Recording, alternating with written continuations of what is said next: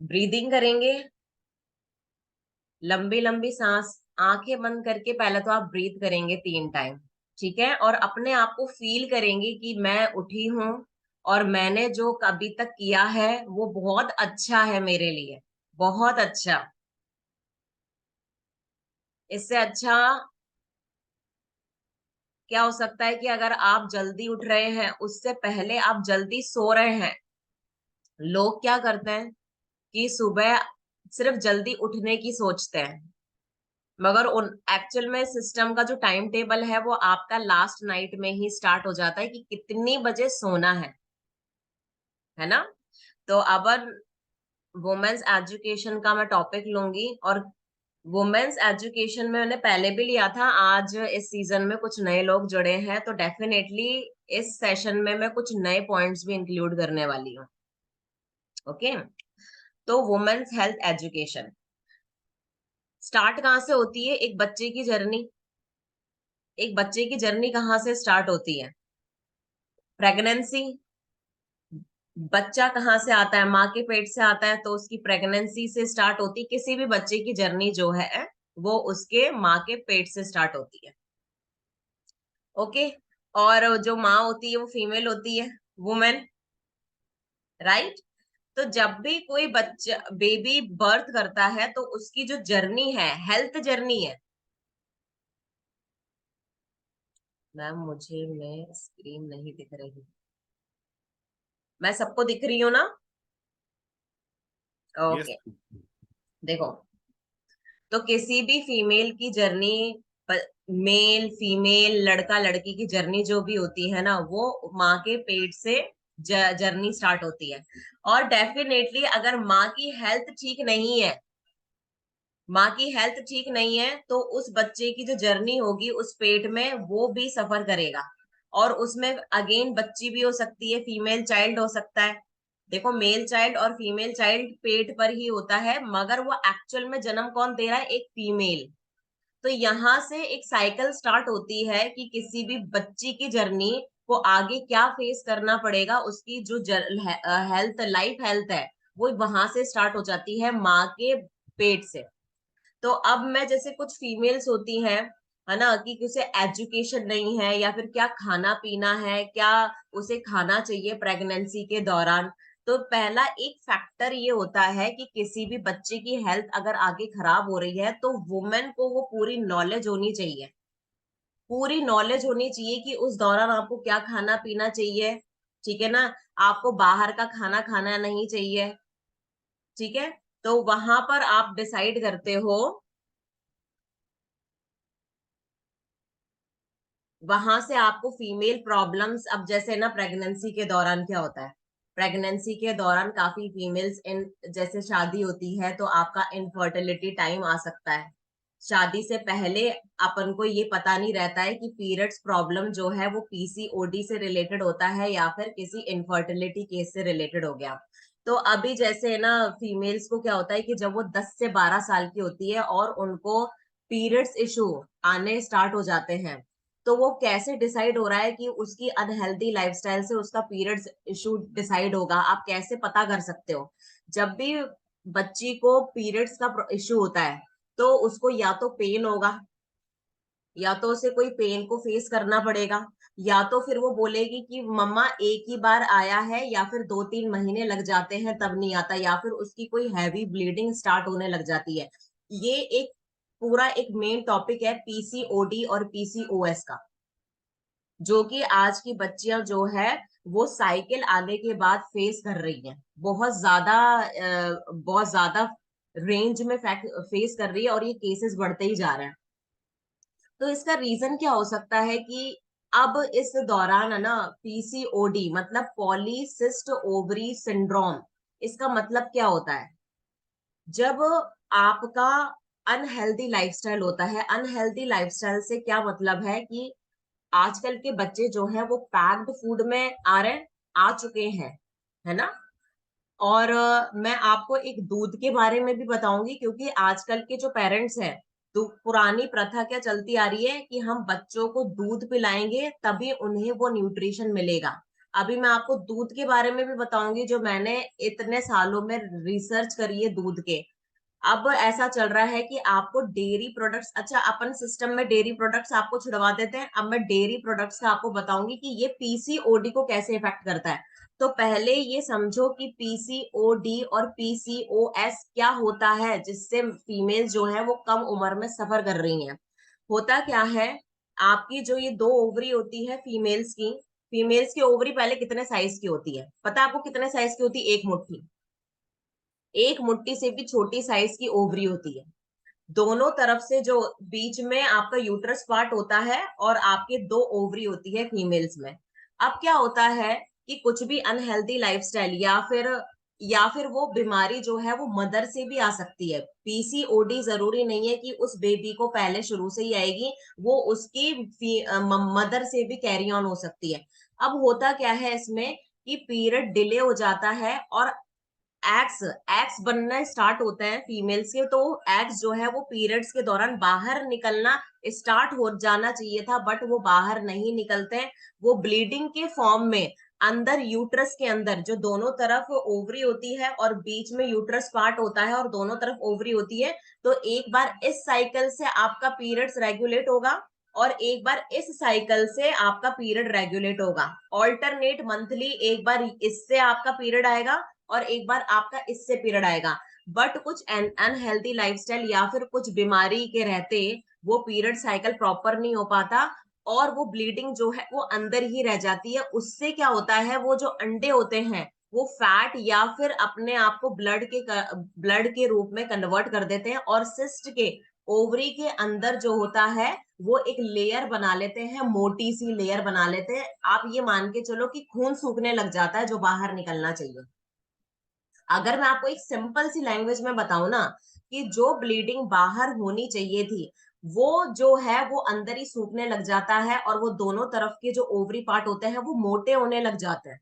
मतलब एक तरीके से फैट उसके आसपास डिपॉजिट होने लग जाता है। जो अंडे बाहर निकलने चाहिए वो अंदर ही जमने लग जाते हैं।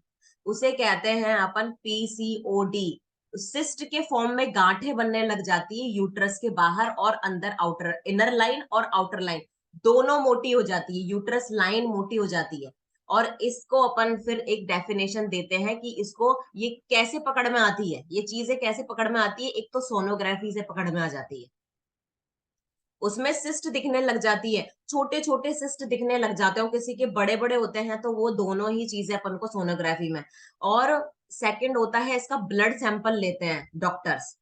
तो जैसे ही आपके यूट्रस में कुछ भी गड़बड़ होगी तो हॉर्मोन्स गड़बड़ाएंगे आपके। अब हॉर्मोन्स कौन कौन से होते हैं फीमेल के? एस्ट्रोजन, कुछ टेस्टोस्टेरोन भी होता है। कुछ पार्ट अब फीमेल्स में टेस्टोस्टेरोन का पाया जाता है, एस्ट्रोजन एस्ट्रोजन होता है। एफएसएच हॉर्मोन्स होते हैं, ठीक है ना, फॉलिक्यूल स्टिमुलेटिंग हार्मोन। अब ये फॉलिक्यूल स्टिमुलेटिंग हार्मोन क्या होता है? फॉलिकल्स बनते हैं हर मंथली। फॉलिकल्स आप ये मान लीजिए कि फॉलिकल्स बनेंगे, cells, group of cells, blood के सेल्स होंगे वो, उसमें प्रोटीन के सेल्स होते हैं, उसमें कैल्शियम के सेल्स होते हैं। बहुत सारे न्यूट्रिशन से मिलकर के आपका एक पीरियड साइकिल बनता है और वो फिर हैवी ब्लीडिंग में निकल जाता है। तो फॉलिकल स्टिमुलेटिंग हार्मोन जो होता है वो एक्स बनाने में हेल्प करता है, एक्स बनाने में, फीमेल एक्स बनाने में हेल्प करता है, ठीक है ना। अब और वो मंथली जो है वो आउट होना चाहिए। तो फॉलिकल स्टिमुलेटिंग हार्मोन अगर डिस्टर्ब हो जाता है तो वो भी आपका ऊपर और नीचे, तो रीडिंग्स में आपका estrogen, TSH, follicle stimulating hormone, ये जितने भी हार्मोन है उसकी रीडिंग अगर गड़बड़ाती है, इट मींस आपको पीसीओडी या फिर पीसीओएस के चांसेस आपको आगे आएंगे, ठीक है। और अपना चीजें क्या है कि ये पीसीओडी पीएसओएस होता क्यों है, इसके कारण क्या है, आपको समझ में आया कि पहले पीसीओडी क्या होता है? सभी को समझ में आ गया कि जब आपका पीरियड आउट नहीं होता। अब दूसरे केस में होता है, ये क्या होता है कि डिले आना, पीरियड्स डिले, ये पहला फॉर्म ऑफ पीसीओडी है। सेकंड फॉर्म ऑफ पीसीओडी होता है कि बहुत हैवी ब्लीडिंग हो रही है, वो रुक नहीं रही है 5-5 6-6 महीने तक, ठीक है, वो एनेमिक हो गई है बच्ची, या फिर वो फीमेल जो है बच्ची से लेकर के, ये चीजें जो फीमेल्स हैं वो किसी भी एज में फेस कर रही हैं आज, किसी भी एज में। आप शादी के बाद पहला बेबी हो जाता है, पहला बेबी के बाद पीसीओडी हो जाता है, उनको फाइब्रॉइड्स आ जाते हैं, गांठें बनने स्टार्ट हो जाती है यूट्रस के अंदर, उनको पता ही नहीं चलता है पहले बेबी के बाद या दूसरे बेबी के बाद। ठीक है ना, पीसीओडी का केसेस बहुत ज्यादा आने लग गया पहले बच्चे के बाद, दूसरे बच्चे के बाद। और 50% केसेस तो वो जब शादी होकर के करती तो तब उन्हें ये पता लगता है कि वो प्रेग्नेंट नहीं हो पा रही है, तब वो डॉक्टर के पास जाती हैं। मतलब ये हो गया सेकंड केस कि बहुत हैवी ब्लीडिंग हो रही है, उनके इंजेक्शंस लगते हैं ब्लीडिंग को रोकने के लिए, हॉर्मोन्स के ऊपर से, मतलब जैसे इंसुलिन के इंजेक्शंस लगते हैं वैसे हॉर्मोन्स के इंजेक्शंस देते हैं गायनेकोलॉजिस्ट। आया समझ में आपको, जिससे कि उसकी जो ओवर ब्लीडिंग है वो रुक जाए और उसे रेस्ट मिले। तो इसमें जो फीमेल है वो एनेमिक भी हो जाती है। अब उस केस में क्या होता है, मैंने कहा ना कि कुछ हॉर्मोन्स जो है या तो उनकी रीडिंग बहुत ज्यादा आएगी, या तो वो बहुत ज्यादा एक्टिव हो जाते हैं, एस्ट्रोजन, टेस्टोस्टेरोन, और कुछ ऐसे हॉर्मोन्स है वो इतने ज्यादा एक्टिव हो जाते हैं कि वो जो अपना एग्स बनना है और वो ब्लीडिंग के फॉर्म में है वो निकलता ही रहता है, निकलता ही रहता है, निकलता ही रहता है, फीमेल्स की रुकता नहीं है। और कुछ हॉर्मोन्स ऐसे इतने डाउन हो जाएंगे कि वो पीरियड ही नहीं आता फिर 6-6 महीने तक। तो दोनों ही केस अपना पीसीओडी का कहलाता है, दोनों ही केसेस में। ये दोनों केसेस अपने पीसीओएस के हैं, पॉलीसिस्ट ओवरी सिंड्रोम। ठीक है। अब क्या होता है, पता चल गया कि पीसीओएस। अब इसके सिम्टम क्या है, बॉडी में ऐसे क्या क्या सिम्टम आएंगे। पहला सिम्टम तो यही होता है कि बच्ची का अगर रेगुलेशन सही नहीं है तो आपको as a parents, as a responsible हो, आप उसे तुरंत आप गायनेकोलॉजिस्ट के पास लेके जाए कि भाई इसको क्या परेशानी है ना। कुछ सोनोग्राफी टेस्ट और ब्लड सैंपल टेस्ट से आप उसको फर्स्ट स्टेज पर जान जाओगे कि इसे ऐसा हो सकता है। ठीक है, पहला सिम्टम हो गया पीरियड्स का। दूसरा, इसमें अगर फीमेल्स को थकान आती है या फिर हेयर ग्रोथ होती है अननेसेसरी आपके बालों में, या फिर पूरी बॉडी में अननेसेसरी हेयर ग्रोथ होती है, आपकी आवाज में औरतों के चेंज आ जाता है, ठीक है ना, आपको स्ट्रेस होता है, और आपका थायराइड स्टिमुलेटिंग हार्मोन बिगड़ जाता है, टीएसएच, तो आपको पीसीओडी होने के चांसेस होते हैं। बहुत सारी फीमेल्स को थायराइड हो जाता है प्रेगनेंसी के दौरान, प्रेगनेंसी के बाद। अगर आपको थायराइड है तो अगेन वो आपकी पीरियड साइकिल को इफेक्ट करेगा। तो थायराइड होना सही नहीं है। लॉन्ग टर्म आप थायराइड की गोलियां खा रहे हो और आप ये सोच रहे हो कि मेरा गोली खाने से थायराइड कंट्रोल है, तो वो अगेन आपकी पीरियड साइकिल को अफेक्ट करता है और आगे आपको पीसीओडी, पीसीओएस होने के चांसेस होते हैं। ठीक है। तो अगर आपको कुछ ऐसा सिम्टम आ रहा है कि आपकी हेयर ग्रोथ हो रही है, आपकी आवाजों में चेंज हो रहा है, मतलब आपको अगर ऐसा लग रहा है कि मेरे ना कहीं पर भी बॉडी में ब्लैक पैचेस आ रहे हैं।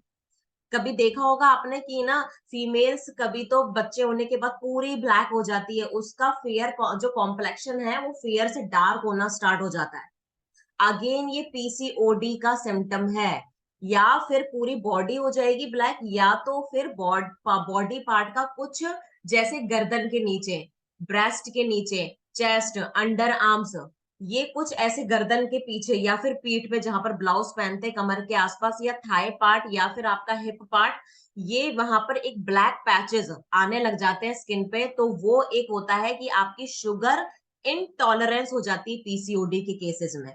अब पीसीओडी के केसेस में शुगर इंटॉलरेंस का क्या मतलब है, क्या मतलब है शुगर इंटॉलरेंस से, आप क्या समझते हो क्या होता है?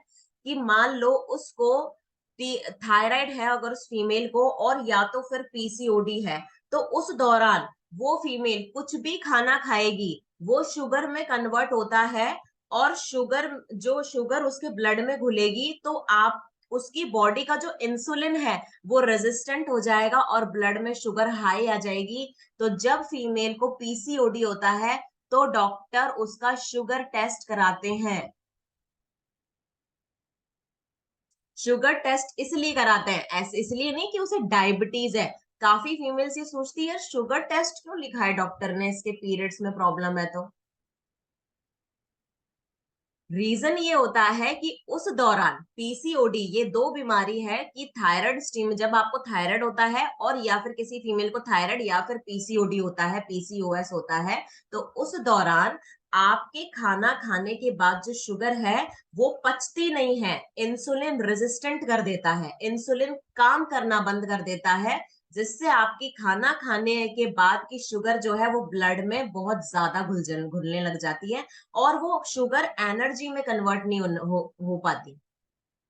इसीलिए डॉक्टर फिर उनको शुगर टेस्ट लिखता है। और इसमें आपने देखा होगा या फिर अगर आपको पता है तो मेटफॉर्मिन टैबलेट चलती है पीसीओडी में, मेटफॉर्मिन चलती है डायबिटीज पेशेंट को। मेटफॉर्मिन क्या करता है, खाली पेट ली जाती है। केवल पीसीओडी के केसेस में एकमात्र ऐसी टैबलेट है मेटफॉर्मिन। मैं पहले बता देती हूँ कि मैं एसएमएस हॉस्पिटल में 12 साल हो गए मुझे, मैं गवर्नमेंट फार्मासिस्ट हूँ और मैं मेडिसिन डिस्पेंसिंग मैन्युफैक्चरिंग के अंदर ट्रेंड हूँ। 12 इयर्स हो गए मुझे जयपुर एसएमएस हॉस्पिटल में। ओके, इसीलिए मैंने आपको यहाँ पर एक टैबलेट के बारे में बताना जरूरी समझा। अब ये टैबलेट करती क्या है, ये टैबलेट खाना खाने से पहले या फिर खाना खाने के 10 मिनट बाद दी जाती है, जिससे कि उस फीमेल की शुगर डाइजेस्ट हो जाती है। जब तक उसकी पीसीओडी ठीक नहीं हो रही तब तक उसको मेटफॉर्मिन लेनी पड़ती। ये वाला केस है। तो एक तो ये होता है। अब ये तो हो गए सिम्टम्स और उसके कुछ, अब इसके मैं ना, जो डॉक्टर्स ट्रीटमेंट करते हैं, अब ये बहुत इंपॉर्टेंट टॉपिक है। देखो बहुत सारे आप सब जानते हो, आपको इतनी नॉलेज है कि आप अखबार में पढ़ चुके हो या फिर किसी के मुंह से सुन चुके हो। अब मैं आपको वो नॉलेज दूंगी कि शायद आपको नहीं पता होगा। जो इसमें डॉक्टर्स का जो ट्रीटमेंट होता है, पहला ट्रीटमेंट ये होता है कि वो उसको हार्मोनल पिल देता है। बाहर से हॉर्मोन्स इनटेक करो। आपके उस फीमेल के अनहेल्दी लाइफस्टाइल के रहते या फिर कुछ भी केसेस से रहते, उसको पीसीओडी हो गया है, तो उसका उसमें क्या होता है कि हार्मोन इम्बैलेंस हो जाता है, तो उसमें चलती है, उसको हार्मोन की टैबलेट्स चलती हैं। अब वो आपको पता है कि बाहर से जो हार्मोन की टैबलेट आप लेते हो उसके साइड इफेक्ट्स क्या होता है। अगेन ओवरवेट, ओबेसिटी सबसे पहला साइड इफेक्ट। जितनी भी पिल्स होती हैं, आई पिल या फिर बच्चे को रोकने की जितनी भी दवाइयां, आप माला डी वगैरह, जितनी भी दवाइयां, औरतें जो हैं जो अनएजुकेटेड है और जिन्हें नहीं पता है कि ये भाई कंसीव होने के लिए, रोकने के लिए जितनी भी आप पिल लेते हो, आप पीसीओडी को ट्रीट करने के लिए जितने भी हॉर्मोन्स पिल लेते हो, इसके 2 से 3 साइड इफेक्ट जो कि आपको भयंकर अभी इस टाइम पे देखने को मिल रहे हैं, वो है ओबेसिटी। ओवरवेट हो जाती है फीमेल्स, उनका थाई पार्ट, हिप पार्ट और बेली पार्ट जो है ना वो बहुत ज्यादा फैलने लग जाता है, बहुत ज्यादा फैलने लग जाता है। पहला सिम्टम ये है। दूसरा, इतना भयंकर स्ट्रेस होता है, उनको थायराइड होने के भी चांसेस हो जाते हैं उससे। फिर मैं एक केस ले रही हूँ अभी, जो कि मेरे पास 3 केसेस आए फीमेल्स के। उनके साथ क्या हुआ है, मैं उस केस से मैं आपको ना इसकी डिटेल पूरी बताती हूँ। एक तो मेरी फ्रेंड है, ठीक है, जिसको मैं 11th, मतलब बहुत टाइम से जानती हूँ, 9th स्टैंडर्ड से जानती हूँ मैं। उस दौरान उसको इतनी हैवी ब्लीडिंग रही है कि उसके हार्मोन के इंजेक्शंस लगते थे और वो एनेमिक हो जाती थी। उस टाइम तो मुझे भी नहीं पता रहता था कि इसको क्या हो जाता है, ये एक एक महीने की छुट्टी ले लेती है। आज मैं वेलनेस कोच बनी हूँ तो उसने मुझे ये फोन करा है कि अब मेरी शादी हो गई है और मेरी बेबी तो लग ही नहीं सकता, एग्स ही नहीं बन रहे, एक्स ही नहीं बन रहे मेरे तो, आईवीएफ भी नहीं करा सकती है वो। आईवीएफ में एक्स निकालते हैं फीमेल से और हस्बैंड से, मेल से, उनके स्पर्म्स में से एग्स निकाले जाते हैं, लैब में उन्हें इन्फ्यूज करवाया जाता है। जब वो एम्ब्रियो में कन्वर्ट हो जाता है तो फीमेल के यूट्रस में वापस डाला जाता है और वो बेबी ऐसे करके प्रेग्नेंट होती है। मगर इस केस में क्या हो रहा है उसमें कि उस फीमेल के एग्स ही नहीं बन रहे। अब ये क्यों आई उसके प्रॉब्लम, जब मैंने उसकी हिस्ट्री पकड़ी कि 15 साल से वो हॉर्मोन्स के इंजेक्शंस ले रही है अपने पीरियड्स को बंद करने के लिए, तो उसने उस हॉर्मोन्स ने क्या करा, वो एक आर्टिफिशियल हॉर्मोन्स था जो वो अपनी बॉडी में हमेशा इंजेक्ट कर रही थी। अब डॉक्टर ने उसको ये ट्रीटमेंट दिया। अब उससे ये हुआ कि उसका जो यूट्रस है, देखो किसी भी चीज को आप बाहर से खाना दोगे, बॉडी अंदर से वो चीज बनाना खत्म कर देगी। आप बाहर से इंसुलिन दोगे तो अंदर बॉडी खुद इंसुलिन बनाना एक्टिव नहीं करेगी आपकी खुद की। तो जो केवल इंसुलिन पर डिपेंड है, बाहर से कुछ भी आप इंजेक्ट करोगे, देखो, आप आपको मम्मी खाना बना के दे देगी, आप कभी नहीं उठोगे रोटी सब्जी बनाने के लिए लाइफ में। इसी तरीके से आप अगर कुछ हार्मोन या फिर बॉडी की नीड को अगर बाहर से डायरेक्टली इंजेक्ट करोगे, उसे डायरेक्ट फॉर्म में दोगे, तो बॉडी वो चीज बनाना बंद कर देगी।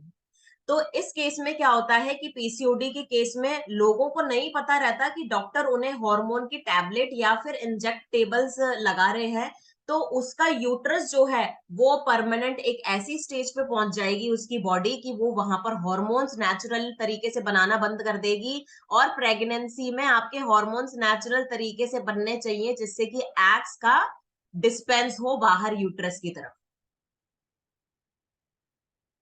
आ रहा है आपको समझ में? मेरी लैंग्वेज सिंपल है। Can you understand my language all? ठीक है, मैं बहुत कोशिश करूंगी कि मेरी लैंग्वेज सिंपल रहे और आप लोगों को वो समझ में आए, क्योंकि हमारी मेडिकल लैंग्वेज में ये सारे टर्म्स और वो वर्ड्स जो होते हैं, सेंटेंसेस होते हैं, बहुत टिपिकली यूज करते हैं। ओके, तो एस्ट्रोजन के इंजेक्शंस हो जाते हैं इसमें, है ना? आपको अगर कुछ एक्सपीरियंस है तो अब मैं इससे और रिलेट करूंगी। देखो, जब फीमेल का मिस कैरेज होता है, मिस कैरेज होता है, बच्चा जो है वो डेथ हो जाती है उसकी 16 हफ्ते में, 20 हफ्ते में, या फिर तीसरे मंथ तक आते आते उसकी जब मिस कैरेज हो जाता है, तो वो क्यों होता है, क्यों वो फेस करती है? अब उसका रीजन बहुत सारे होते हैं, है ना? ये मैं कुछ डिफरेंट ले रही हूँ जो मैंने पार्ट 1 पे नहीं लिया था, जो अगर किसी ने ज्वाइन करा था तो पार्ट 1। अब इसमें मैं बताती हूँ आपको, बहुत सारे क्वेश्चंस अभी मैंने फेस करे हैं कि हमने 2 मिसकैरेज फेस कर दिए, ऐसा क्यों हुआ हमारे साथ, है ना? एक मिसकैरेज हो गया, या फिर जैसे ही मेरा बच्चा 6-7 महीने का होता है पेट में, तो मेरा मिसकैरेज हो जाता है। ये एक बहुत बड़ी प्रॉब्लम है जो फीमेल्स अभी इन दिनों बहुत फेस कर रही है। दूसरा, प्री मेच्योर डिलीवरी होने स्टार्ट हो चुकी है। मैंने अपनी दोनों प्रेगनेंसी में मेरे हॉल के अंदर जितनी भी फीमेल्स मेरे साथ थी, उसमें 50 से 60% प्री मेच्योर डिलीवरी थी उनकी। 7th मंथ में, 8th मंथ में डिलीवरी हो रही है, 9th मंथ तक तो बच्चा टिकता ही नहीं है, फीमेल्स की हालत ही खराब हो जाती है 7th 8th मंथ तक तो जाते जाते। ऐसा क्यों हो रहा है? तो पहले मैंने ये बताया कि पीसी, ये अब क्या आ गया अपना यूट्रस वीकनेस। इसमें कौन सा टॉपिक आता है अपना? यूट्रस की मसल्स इतनी ढीली हो चुकी है कि जैसे ही बच्चे का वेट बढ़ता है, बच्चा निकल के बाहर आ जाता है। ऐसा क्यों हुआ? उसके प्रोटीन डेफिशिएंसी के कारण और एक्सरसाइज की डेफिशिएंसी के कारण, ये दो रीजन है कि यूट्रस जो है वो लूज होना स्टार्ट हो जाता है। जब आप बाहर का खाना खाते हो ना, तो उसका एक इफेक्ट ये आता है कि वो आपकी मसल लॉस कर देता है। हर जगह से मसल लॉस, मसल लॉस सबको पता है क्या होता है? मसल लॉस हो जाना आपकी अभी तो चलो आप इस सिस्टम में आ गए, इस सिस्टम से आने से पहले आपने बॉडी पेन फेस किया होगा। कोई आपके बच्चा मार देता है, या फिर तो चलो पति ने ही मजाक से मार दिया, तो कितनी देर तक दर्द रहता है उसमें? दर्द रहता है। अब देखो, 3 महीने आप इस सिस्टम में आ जाओ, अब कोई घूसा लगा दे आपको, आपकी दर्द नहीं होगा। आपने अपनी मसल स्ट्रेंथनिंग कर ली है 3 महीने के अंदर अंदर, अब उसके लग जाएगी जो आपको मारेगा। तो ये क्या करा आपने? बाहर से मसल स्ट्रेंथनिंग, इसी तरीके से हर एक ऑर्गन की मसल्स, हर ऑर्गन पार्ट आपका मसल्स से बना हुआ है। केवल आपकी हड, ये वाली मसल्स में की बात नहीं कर रही हूँ जो दिख रही है, ये तो है ही, ये तो मसल्स है ही आपकी।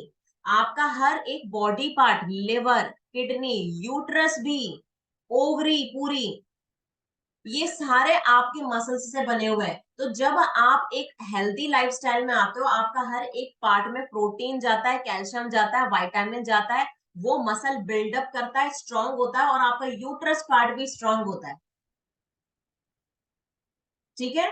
तो अब मैं टॉपिक जो ले रही हूँ कि ऐसा होता क्यों है, अब वापस से आप पुराने में पहुंच जाओ कि यार ऐसे फेस कर ही क्यों रही है बच्चे। तो एक तो फीमेल का टॉपिक तो अलग ही है। मैं तो फीमेल फीमेल का, और ये मेल्स में भी कुछ ऐसे मसल लथार्जी या फिर मसल लॉस की प्रॉब्लम होती है उनको उसी सेम पार्ट में। जैसे प्रोस्टेट ग्लैंड ढीली पड़ जाती है, तो उनको जो है वो यूरिन जो है वो आता नहीं है। अब मैं आपको ये अगर इसी पार्ट के बारे में बताऊं, तो मेल का जस्ट अपोजिट प्रॉब्लम क्या होता है कि वहां से उनके मसल लॉस इतना ज्यादा हो जाता है कि यूरिन करने में परेशानी आती है, और वो कहते हैं कि मुझे ना बस लगता रहता है यूरिन, बट मैं जाता हूं तो बस एक एक दो दो बूंदी आता है। वो उनके जस्ट अपोजिट हो जाता है, प्रोस्टेट ग्लैंड की प्रॉब्लम हो जाती है, अगेन मसल लॉस का केस। अब देखो, पहला अपन वापस से स्टार्टिंग में चलते हैं। जब एक बच्चा खाना खाता है ना, तो अपन उसको पहले पुराने जमाने में क्या होता था, गाय इतनी अच्छा खाना खाती थी गाय, कि उसके दूध में ना बहुत प्रोटीन और हाईली न्यूट्रिशन रहते थे। तो जो अपने मम्मी पापा ने खाना खाया है या फिर दूध पिया है, उनको बहुत अच्छा प्रोटीन मिला है उस दूध से। बट आज के टाइम पे अगर आप दूध की डेफिनेशन देखोगे ना, तो वो 100% इम्प्योर और नकली दूध है। थैली का दूध तो मैं बोल रही हूँ कि आप छोड़ ही दो। थैली के दूध से पीसीओडी हो रहा है, हार्मोन इम्बेलेंस हो रहा है फीमेल्स का। यही चांस है, ये रीजन है कि आप डेयरी प्रोडक्ट्स खिलाते हो ना बच्चों को, थैली का दूध पिलाते हो, तो ये होता है अपना थायराइड और पीसीओडी का केसेस इसमें बहुत ज्यादा रहा। पैटा ऑर्गेनाइजेशन एक बाहर की ऑर्गेनाइजेशन है, जिन्होंने दूध के बारे में बहुत अच्छी रिसर्च करी है, और उन्होंने अपनी उस साइट पर डाली है, पैटा ऑर्गेनाइजेशन। आप वहां पर जाकर के उनकी मिल्क की चीज वो पूरी पढ़ सकते हो। उसमें मैंने जो पढ़ा है वो मैं आपको बता रही हूँ कि दूध अगर कोई पी रहा है इस टाइम का क्या, आज से 20 साल पहले ही दूध खराब होना स्टार्ट हो गया था, उसमें मिलावट या फिर नकली दूध उसमें। अब इस टाइम पर दूध किस तरीके से बना रहे हैं उसमें ये भी लिखा हुआ है। तो मुझे तो दूध छोड़े 3 साल हो गए। अब क्या करता है ये जो दूध की जो मिलावट हो रही है, उसमें कुछ गाय को, आपको पता है इतना सारा दूध कैसे बनता है, आपको पता है लोग कितने ज्यादा हैं, और गाय, आपने कभी गायों का भी रजिस्ट्रेशन में साइट में उसमें गाय कितनी है भारत में वो भी पता लग जाएगा। आपको सब पता लग जाएगा, आप ढूंढने की कोशिश करा करो, बस सब पता लग जाएगा। उसमें ये लिखा है कि जितनी गाय है उतना वो दूध उत्पाद नहीं कर पा रही है, और उस गाय को ऑक्सीटोसिन इंजेक्शन लगाया जाता है दूध का उत्पाद बढ़ाने के लिए। अब ऑक्सीटोसिन क्या होता है? ऑक्सीटोसिन एक नेचुरल हार्मोन होता है जो फीमेल के अंदर बनता है, और फीमेल के अंदर उस दौरान बनता है जब उसे बेबी लेबर पेन होता है। लेबर पेन मतलब बच्चे को बाहर निकालने के लिए बॉडी जो है ऑक्सीटोसिन हार्मोन बनाती है नेचुरल तरीके से। ठीक है। ऐसे ही इस सृष्टि पे जितने भी फीमेल एनिमल्स हैं, बर्ड्स हैं, वो जब भी बेबी पैदा करती हैं तो उनके बॉडी में ऑक्सीटोसिन बनता है। ये एक हार्मोन है जो उस दौरान बनता है। दूसरा, जब आप फीडिंग कराते हो तो ब्रेस्ट से दूध को निकालने के लिए ऑक्सीटोसिन नेचुरल तरीके से बनता है बॉडी में। तो बेबी को लेबर पेन कराने के लिए और फीडिंग में दूध को बनाने के लिए ये दो चीज है जो कि फीमेल ह्यूमन बींग अपने आप बनाती है, जिसको लैब में तैयार करते हैं साइंटिस्ट या फिर कुछ ऐसे लोग जो लैब में तैयार कर रहे होते हैं केमिकल तरीके से ऑक्सीटोसिन का फॉर्मूला लेके। ठीक है। अब वो क्या, अब उन्होंने उसका यूज कहाँ कर दिया भाई? हाँ, अब आपको पता है उसका यूज कहाँ हो रहा है? फीमेल जो फीडिंग जो एनिमल्स होती है ना, फीमेल एनिमल्स होते हैं जो फीड कराते हैं, बकरी, गाय, ऊंटनी, इनको दिया जा रहा है कि ये ज्यादा दूध उत्पाद करे।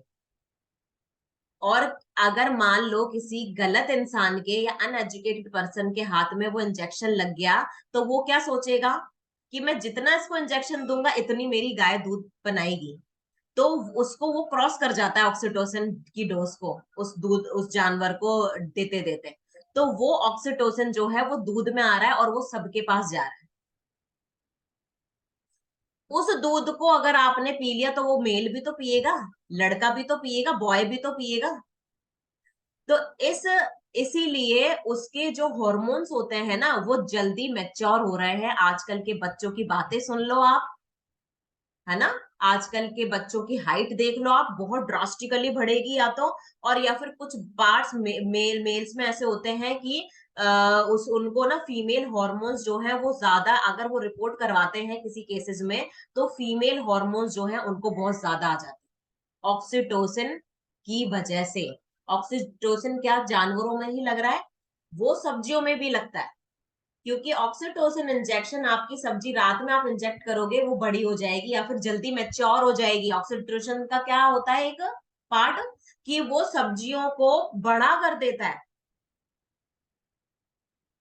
ये फीमेल्स के अंदर होता है, क्योंकि अगर वो एनहेंस कर रहा है किसी चीज को, ब्रेस्ट को एनहेंस करने का काम करता है तभी तो दूध आएगा।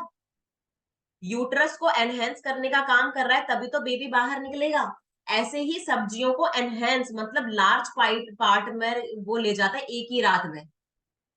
लौकी हो गई, सबसे ज्यादा तो अपन लौकी का केसेस पढ़ते हैं ना ऑक्सीटोसिन के इंजेक्शन। वो इंजेक्शन का नाम क्या होता है, वो दो तीन, अब तो दो तीन आ गए। अब तो पहले तो ऑक्सीटोसिन नहीं था, अब तो तीन चार ऐसे केमिकल आ गए कि वो इंजेक्ट करोगे और सब्जी बड़ी हो जाएगी या फिर हरी भरी हो जाएगी। या फिर उसके अंदर ऐसे प्रिजर्वेटिव डाल देंगे कि सर्दी की सब्जी गर्मी में भी आएगी, गर्मी की सब्जी सर्दियों में भी मिलेगी आपको। तो ये दूध और सब्जियां मतलब इनऑर्गेनिक और मिलावट की वजह से आजकल की जो फीमेल्स हैं, पीसीओडी, मेल्स में भी तो फर्टिलिटी होती है, क्या मेल्स में फर्टिलिटी नहीं होती, इनफर्टिलिटी। तो फीमेल्स इनफर्टिलिटी, मेल्स इनफर्टिलिटी, ये जो रीजन है ना जो ये बाहर से आ रहा है उसको अपन रोक नहीं सकते। इसका रोकने का एक ही मात्र तरीका है। आप मिलावट रोक सकते हो क्या आपके हाथ में? नहीं है आपके हाथ में, मेरे हाथ में नहीं है। मेरे हाथ में पता है क्या है, न्यूट्रिशन ले सकती हूँ मैं, एक्सरसाइज कर सकती हूँ मैं अपनी लाइफ को, डेली लाइफ को मैनेज कर सकती हूँ। ये मेरे हाथ में है। ठीक है। मैं अपना इम्यूनिटी पार्ट बढ़ा सकती हूँ, इम्यूनिटी बढ़ाना मेरे हाथ में है, प्रोटीन इंटेक करना मेरे हाथ में है, मल्टीविटामिन जो भी मेरी बॉडी का न्यूट्रिशन है उसका इंटेक करना मेरे हाथ में है। मेरे हाथ में मिलावट को रोकना नहीं है, मेरे हाथ में ये है कि मैं जिस खाने को खा रही हूँ उसे चेक करके खा सकती हूँ, ये मेरे हाथ में है। मुझे किस चीज को फेंकना है, किस चीज को अपने मुंह के अंदर डालना है, वो मेरे हाथ में है ना। तो हम यहाँ पर दीपक सर की जो सेशन होता है मॉर्निंग में, तो आपको बताते हैं कि पैकेट के पीछे देखो कि उसमें क्या लिखा है, कितनी कैलोरी है। और एक तीसरा reason, palm oil. Palm oil शायद इस क्लास में कभी, सेशंस में कभी डिस्कस नहीं हुआ होगा पाम ऑयल के बारे में। आज आप पाम ऑयल का लिखो जो मैं आपको बता रही हूँ, और ये सारी बीमारियों का जड़ है, केवल इनफर्टिलिटी, पीसीओडी, और कुछ भी ऐसा कोई बड़ी चीज नहीं है। आप ये तीन चीज छोड़ दोगे ना लाइफ टाइम, पाम ऑयल, दूध और सब्जियों को ऑर्गेनिक तरीके से, देखो ऑर्गेनिक तरीके से उगाना और उसको खाना वो अपने हाथ में नहीं है। बट अभी मैं आपको कुछ फूड सोर्सेज बताऊंगी जिसे आप अपने ना लाइफ में इंक्लूड कर सकते हो। अब पाम ऑयल के बारे में आ गया, ये वो चीज बता रही हूँ जो मैंने पैटा ऑर्गेनाइजेशन में और बहुत सारी ऑर्गेनाइजेशंस में पढ़ा है गूगल पर चलकर।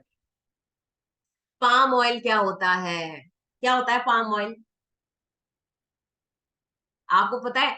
आप तो चलो आप इस हेल्थी सिस्टम में हो, बाहर के जो लोग हैं वो 90% पाम ऑयल ही खा रहे हैं। आप देखना किसी भी पैकेट में, या फिर आपकी क्रीम्स, आप जो भी क्रीम, लिपस्टिक, शैम्पू, बॉडी में सोप, है ना, और कुछ भी अगर आप चीज खरीद रहे हो वो पाम ऑयल से बनती है, उसका बेस पाम ऑयल होता है। पाम ऑयल इंडिया में नहीं पाया जाता, जहां पर पाम ट्रीज हैं इंडिया के बाहर, वहां के कंट्री पाम ऑयल बनाती है और उसे इंपोर्ट करती है। उससे इंडिया जो है वो अपने बिस्किट, नमकीन और अपने जितने भी कॉस्मेटिक्स हैं, सारी चीजें जितनी भी लैब्स में या फिर फैक्ट्रीज में बनती हैं वो सब पाम ऑयल में बनती है। अब पाम ऑयल क्या करता है, पाम ऑयल का सबसे बड़ा साइड इफेक्ट है कैंसर, दूसरा है इनफर्टिलिटी, दूसरा केस इनफर्टिलिटी, पाम ऑयल फटाफट से इन्फर्ट, ये तो इतने ज्यादा है। अब देखो पाम ऑयल क्यों फैक्ट्री यूज कर रही है और वो क्यों भारत में इंपोर्ट होता है। पहला तो पाम ऑयल ना 20 से 40 रुपए लीटर आ जाता है।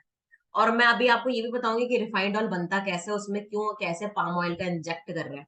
पाम ऑयल से अगर आप कोई भी चीज, बिस्किट, नमकीन, कुछ भी बनाते हो या फिर कोई कुछ भी कॉस्मेटिक्स बनाते हो, शैम्पू बनाते हो, तो वो एक ऐसा लाइफ टाइम प्रिजर्वेटिव की तरह काम करेगा, उससे आपका प्रोडक्ट बिगड़ेगा नहीं। आप किसी भी नमकीन को और बिस्किट का पैकेट पैक्ड फॉर्म में 1 साल तक रख लो, वो बिस्किट एज इट इज वैसी की वैसी निकलेगी, 2 साल बाद भी वैसी निकलेगी, 3 साल बाद भी वैसी निकलेगी वो बिस्किट। उसमें एक्सपायरी डेट का कोई फर्क नहीं पड़ता, बस वो तो फैक्ट्री डाल देती है कि 6 महीने से पहले पहले इसको खा लो। मगर जब आप उसको 1 साल बाद भी खोलोगे तो वही टेस्ट आता है।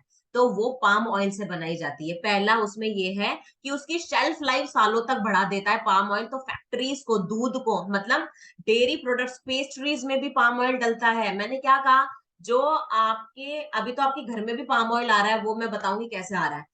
जो आप बाहर से खा रहे हो ना, जितनी भी चीजें, वो सारी पाम ऑयल में यूज होती है। आपको क्या लगता है 5 रुपए की कोटा कचौड़ी मिल जाती है क्या बड़ी आसानी से? 5 रुपए में कचौड़ियां बन जाती है क्या, समोसे बन जाते हैं क्या 5 रुपए में? आप घर पे बना के देखो कचौड़ी समोसे। 50 रुपए का समोसा बेचोगे, आपकी इतनी मेहनत और उसमें ऑर्गेनिक चीजें आप डालोगे ना, तो वो 50-60 रुपए का समोसा बेचोगे आप। और फिर आप बोलोगे कि यार मैंने तो कुछ कमाया ही नहीं, फिर आप उसको 70 रुपए का समोसा। मगर बाहर 10 से 15 रुपए का समोसा बिकता है आसानी से। 5 रुपए की कोटा कचौड़ी बिक जाती है बहुत आसानी से।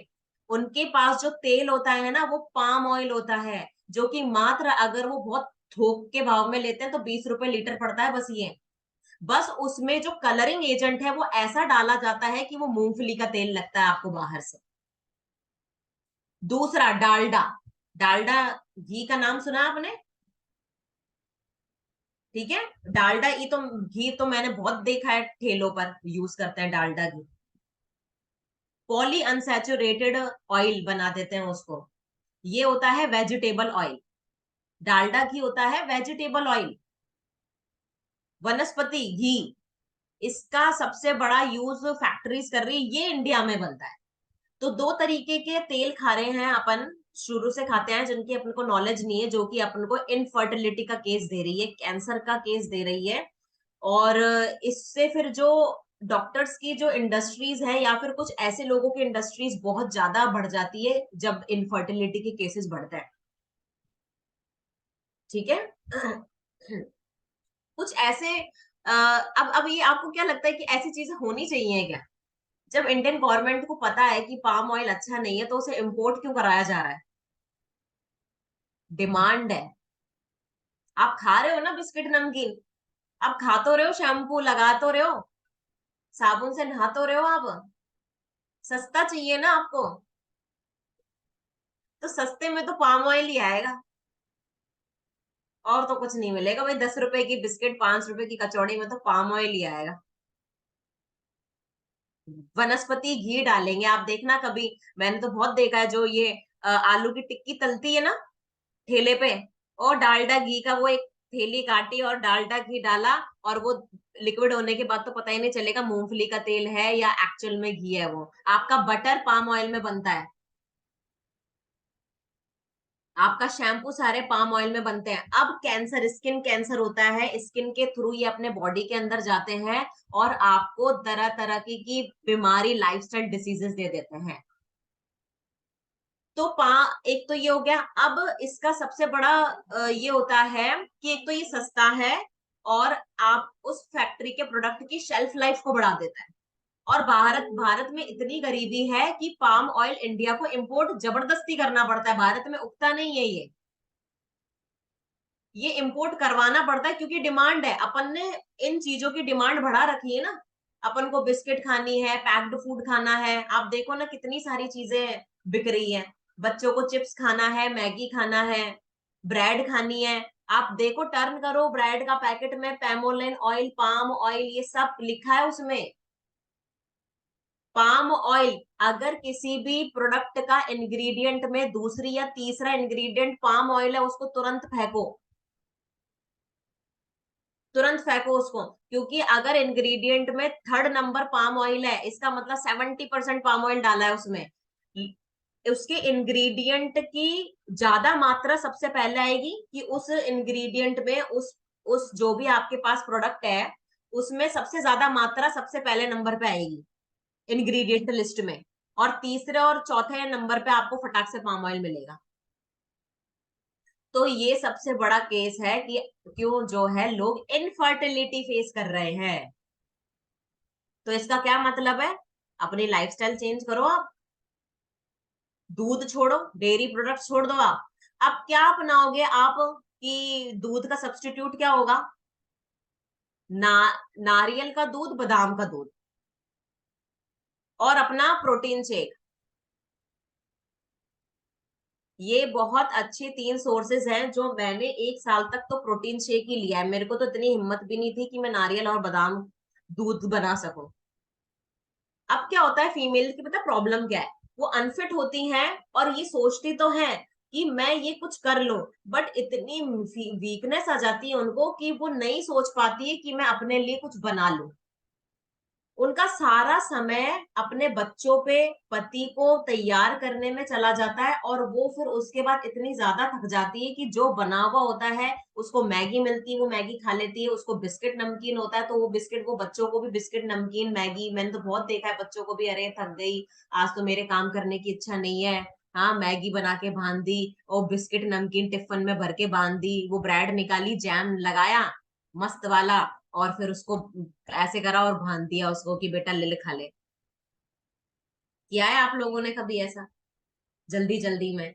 आप सोचो जल्दी जल्दी में आप क्या पकड़ा रहे हो अपने बच्चे को, अपनी बच्चियों को। तो आपको नॉलेज होगी तो आप उसे अपनाओगे, और नॉलेज को फॉलो करने के लिए बॉडी में एनर्जी भी तो होनी चाहिए। तो जब आप अपने इस सिस्टम में आए, आपको कितना स्टेमिना बिल्डअप हुआ आपका, हुआ कि नहीं हुआ? अब आप पहले 5 काम करते थे, आज आप 50 काम कर रहे हो कि नहीं कर रहे हो? तो इसमें आप अपने बच्चों का ध्यान रख रहे हो कि नहीं रख रहे हो? नॉलेज दे रहे हो कि नहीं दे रहे हो अपने बच्चों को? मैं जब इस सिस्टम में आई थी, मेरी बच्ची 9 महीने की थी, ठीक है, मेरी बच्ची ने मुझे स्प्राउट्स खाते हुए देखा, उसने भी स्प्राउट्स खाया, प्रोटीन शेक लिया उसने भी। यस, सोयाबीन दूध बिल्कुल काम में ले सकते हो आप, बहुत अच्छा दूध है सोयाबीन का ना, ये जितने भी दूध है। तो आपके बच्चे आपको फिटनेस में देख रहे हैं, तो यहीं पर ही बच्चियों की लाइफ चेंज हो रही है कि नहीं बच्चों की? तो वो भी तो पिकअप करेंगे ना वो वाली चीजें जो आप खा रहे हो। तो यहां से आप उनको, ये सबसे बड़ा बेनिफिट है सिस्टम का, कि आपके बच्चे खुद अलर्ट हो जाएंगे ऑटोमेटिक कि उन्हें बिस्किट नमकीन ये सारी चीजें छोड़नी है, गिव अप करनी है हमेशा लाइफ टाइम के लिए। बाहर का खाना कम खाना है। आप तो खुद तो अपना पेट भरने के लिए ब्रेड खा लेते हो, बिस्किट नमकीन खा लेते हो चुपचाप से, और बच्चों को बोलते हो बेटा ये खा लेना, ये इसमें बहुत अच्छा न्यूट्रिशन है। हाँ, और बच्चा आपको देख रहा है, ये देखो मेरी मम्मी तो ना चुपचाप से बिस्किट खा रही है, देखो। है, जब मैगी बना के खा लेती है हमको बोलती है मैगी मत खाओ, नूडल्स बना के खा लेते हैं, पास्ता बना के खा लेते हैं, है ना? तो आपको पहले खुद की, ये जितनी, ऐसा कोई नहीं है कि फीमेल टॉपिक जो है वो डिफरेंट है, जितनी भी बीमारियां हैं वो एक ही चीज से आती है, वो है अनहेल्दी फूड पिकअप करना, पहला। दूसरा, फिजिकल एक्टिविटी कम होना आपकी। अब मैं आती हूँ कि यूट्रस ढीला क्यों हो जाता है, क्यों मिसकैरेजेस हो रहे हैं। अगर उस लेडी ने हार्मोन पिल्स लिए, हार्मोन की टैबलेट्स बहुत टाइम से खाई है, तो उसका जो नेचुरल, यस ऑब्वियसली कैंसर। तो अब क्या होता है, मिसकैरेजेस क्यों हो रहा है? ये एक रीसेंट टॉपिक है, why females are facing miscarriages in first month, second month, third month, और बेबी हल्का सा भारी हुआ तो प्री मैच्योर डिलीवरी हो जाएगी। वो बच्चा फिर, मैं आपको बताऊं ना, 7th मंथ में ओनली 70 to 80% बच्चा डेवलप होता है। सारा डेवलपमेंट मेन उसका 8th और 9th मंथ में होता है। हड्डियां ही बनती है उसकी तो पूरा मतलब, एक ये होता है ना कि यार 80% बेबी आपके हाथ में आ रहा है, कैसा लगेगा आपको? जो बच्चा पेट में बनता है 9 महीने में, उसको आप बाहर थोड़ी ना बना लोगे 2 महीने का, 7th मंथ में हाथ में आ गया और 8 9 महीने का नहीं, फिर वो फेस करेगा प्रॉब्लम कुछ ना कुछ। उसकी इम्यूनिटी इतनी लो होगी या फिर उसका ब्रेन डेवलपमेंट इतना कम, वो पढ़ने में कमजोर होगा वो बच्चा, और फिर बाद में ये भी आ जाएगा उसमें कि अब उसको पीरियड्स भी प्रॉब्लम हो रही है फीमेल बच्ची को, वो आपको बाद में पता चलेगा। ठीक है, तब तक तो आपको नहीं पता चलेगा। और पीसीओ, अब फिर अपन को इतनी नॉलेज नहीं है, डॉक्टर्स के ट्रीटमेंट चलते रहते बाद में ये पता चलता है कि उसको इनफर्टिलिटी हो गई है। तो अब यूट्रस ढीला क्यों हो जाता है? ओके, यूट्रस का केस लेंगे अभी। चलो, जब आप का हेल्दी डाइट नहीं होती है और फिजिकल एक्टिविटी कम होती है, या फिर किसी भी बच्ची को पीसीओडी हो गया और उसके हॉर्मोन्स बाहर से लगते हैं, तो ये सारी चीजें क्या करती हैं? यूट्रस को ढीला बनाने का काम करती है। जिस तरीके से आपके घुटनों में दर्द होता है, वहां की मांसपेशियां, बॉडी पेन होता है, सर्वाइकल पेन हो जाता है, यहाँ की नस दर्द हो रही है, मेरी कमर दर्द हो रही है, यही दर्द जो है आपका यूट्रस पार्ट फेस करता है फीमेल्स का। वहां की भी तो मांसपेशियां ढीली हो रही हैं। तो मांसपेशियां ढीली होने की वजह से, फिजिकल एक्टिविटी नहीं करने की वजह से आपका यूट्रस पार्ट ढीला हो जाता है, और बच्चों का मिस कैरेजेस होता है, तो उसमें हार्मोन इम्बैलेंस भी हो जाता है। कुछ हार्मोन्स इतनी जबरदस्त तरीके के इम्बैलेंस हो जाते हैं कि वो मिस कैरेज हो जाता है। तो इसका क्या है, इसको कैसे सॉल्व करना है? ऑब्वियसली आप अपनी लाइफस्टाइल चेंज करो, एक्सरसाइज में आओ, हार्मोन को बैलेंस करो, यूट्रस पार्ट को टाइट करो। अंदर, आप अंदर से यूट्रस पार्ट टाइट होगा, मजबूत होगा, तो वो हॉर्मोन्स भी टाइम पर रिलीज करेगा। टाइम से सारे हॉर्मोन्स आपके रिलीज होंगे, टाइम से पीरियड आएगा, टाइम से पीरियड भी खत्म होगा। तो जितने भी हॉर्मोन्स बनाते हैं उसमें सबसे बड़ा 80% रोल होता है आपके अमाइनो एसिड्स का। अमाइनो एसिड्स कहाँ से आते हैं? प्रोटीन से आते हैं। बॉडी में जितने भी फंक्शंस होते हैं ना, अपने लिवर के, किडनी के, यूट्रस के, गट के, जितने भी हार्ट के, ये सारे, इन सबको अपने मैकेनिज्म को पूरा करने के लिए अमाइनो एसिड्स चाहिए होता है। 14 तरीके के अमाइनो एसिड्स होते हैं। 9 अपनी बॉडी बनाती है, 7 आपको बाहर से लेना ही पड़ेगा, 7 बॉडी नहीं बना रही है। 9 अपनी बॉडी भी तब तक बनाएगी जब आप हेल्दी लाइफस्टाइल रखोगे। अगर आपने अपनी लाइफस्टाइल में गड़बड़ किया तो वो 9 अमीनो एसिड भी बॉडी बनाना बंद कर देगी, विटामिन्स बनाना बंद कर देगी बॉडी। तो ये न्यूट्रिशनल डेफिशिएंसी आपको एज के हिसाब से जाते जाते जाते आपको पता लगता है कि मैं बहुत कमजोर हो गई हूँ, मेरे बच्चा नहीं लग रहा, आप इधर उधर भागते रहते हो। एक जगह रुको, इसका सिर्फ एक ही इलाज है, अपने खान पीने का तरीका बदलो, एक फिटनेस कम्युनिटी को ज्वाइन करो और उसे 1 साल तक अपनाओ। ऐसे बहुत सारे हमारे केसेस हैं और मेरे खुद के पास हैं कि जो प्रेग्नेंट हुए हैं इस सिस्टम में आने के बाद। थक गए वो कि भाई हम तो छोड़ दिया हमने कि हम प्रेग्नेंट भी हो सकते हैं, अब तो वेट लॉस ही करा दो मैडम। जब उन्होंने वेट लॉस करा, लाइफस्टाइल को, अच्छी लाइफस्टाइल फॉलो करा, तो उनके 6 महीने 1 साल बाद प्रेगनेंसी हुई है। ठीक है। अब वुमेन्स चॉइस का मैं पार्ट लूंगी कि वुमेन्स चॉइस जो है अपने सिस्टम में कितना कितना हेल्पफुल कर रहा है। देखो, केवल वुमेन्स चॉइस नहीं दे सकते आप, आपको प्रोटीन शेक के साथ ऐड करना पड़ता है यहाँ का न्यूट्रिशन। आप बोलते हो ना कि मैं ये दे दूं क्या उसको, ओमेगा 3 ही दे दूं क्या, मैं कैल्शियम ही दे दूं क्या? नहीं। बेस जब तक क्लियर नहीं होगा, जब तक उसके अमाइनो एसिड्स क्लियर नहीं होंगे, कोई भी न्यूट्रिशन आप कहीं से भी ले लो नहीं वर्क करेगा। तो प्रोटीन शेक के साथ वुमेन्स चॉइस देना है, प्रोटीन शेक के साथ कैल्शियम देना है, प्रोटीन शेक के साथ सारे न्यूट्रिशन देना है। प्रोटीन शेक इज प्रायोरिटी, अपना जो प्रोटीन शेक है वो एक प्रायोरिटी है, उसके साथ आप वुमेन्स चॉइस चलाओगे। किसी भी फीमेल को अगर पीसीओडी है, वो स्ट्रेस फील कर रही है ना, पीरियड्स के दौरान उसको बहुत ज्यादा मूड स्विंग हो जाता है, उसको उसके पीरियड्स रेगुलर नहीं हो रहे हैं, ठीक है, और चिड़चिड़ी हो रही है, या फिर फेशियल हेयर्स उसको ज्यादा आ रहे हैं, वो बहुत ज्यादा सोचने लग जाती है, उसको क्रैम्पिंग आ रहा है, यूट्रस क्रैम्पिंग होती है पीरियड्स के दौरान, तो इन सब चीजों में प्रोटीन शेक तो देना ही देना है। ये तो पहला न्यूट्रिशन है जो आप उसको दोगे, और प्लस सेकंड वुमेन्स चॉइस लगाओगे।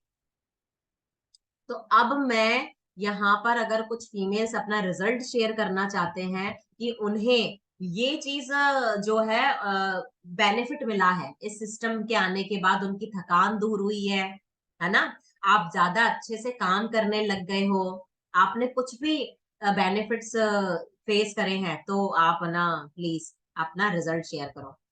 यस अनिल सर, अनम्यूट करिए।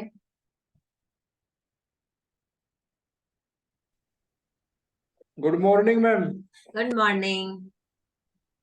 मैम मेरी वाइफ के जो पीरियड टाइम है ना, वो ब्लीडिंग कम आती है। अच्छा, बस और कुछ? और एक मेरा दोस्त है, उसको 12-13 साल हो गई, बच्चे नहीं हुए उसके, तो इस न्यूट्रिशन से। ओके ओके ओके, चलो अब अपन इसका और बात करते उन्होंने सब जगह जांच करवा ली मैम, बॉम्बे बेंगलोर वगैरह जहां करवानी थी ना, दोनों की पूरी जांच करवा ली उन्हें। हैं। ओके, देखो, अब मैं ये बताऊंगी कि पीरियड अगर कम आ रहा है तो सब, इसमें तो पहले आपको देखो डॉक्टर के तो जाना ही पड़ेगा, क्योंकि हीमोग्लोबिन कम हो जाता है फीमेल्स के। हीमोग्लोबिन अगर आपके 14 तक नहीं है तो पीरियड्स की जो फ्लो है वो कम होगा, ठीक है ना। क्योंकि फीमेल्स को देखो हीमोग्लोबिन एनेमिक तो रहती है, क्योंकि हर मंथली पीरियड आता है आपका हीमोग्लोबिन डाउन हो जाता है। तो आयरन की चीजें आपको खानी पड़ेगी। तो अगर आपका, और एज एज फैक्टर, क्या एज है अनिल सर आपकी वाइफ की?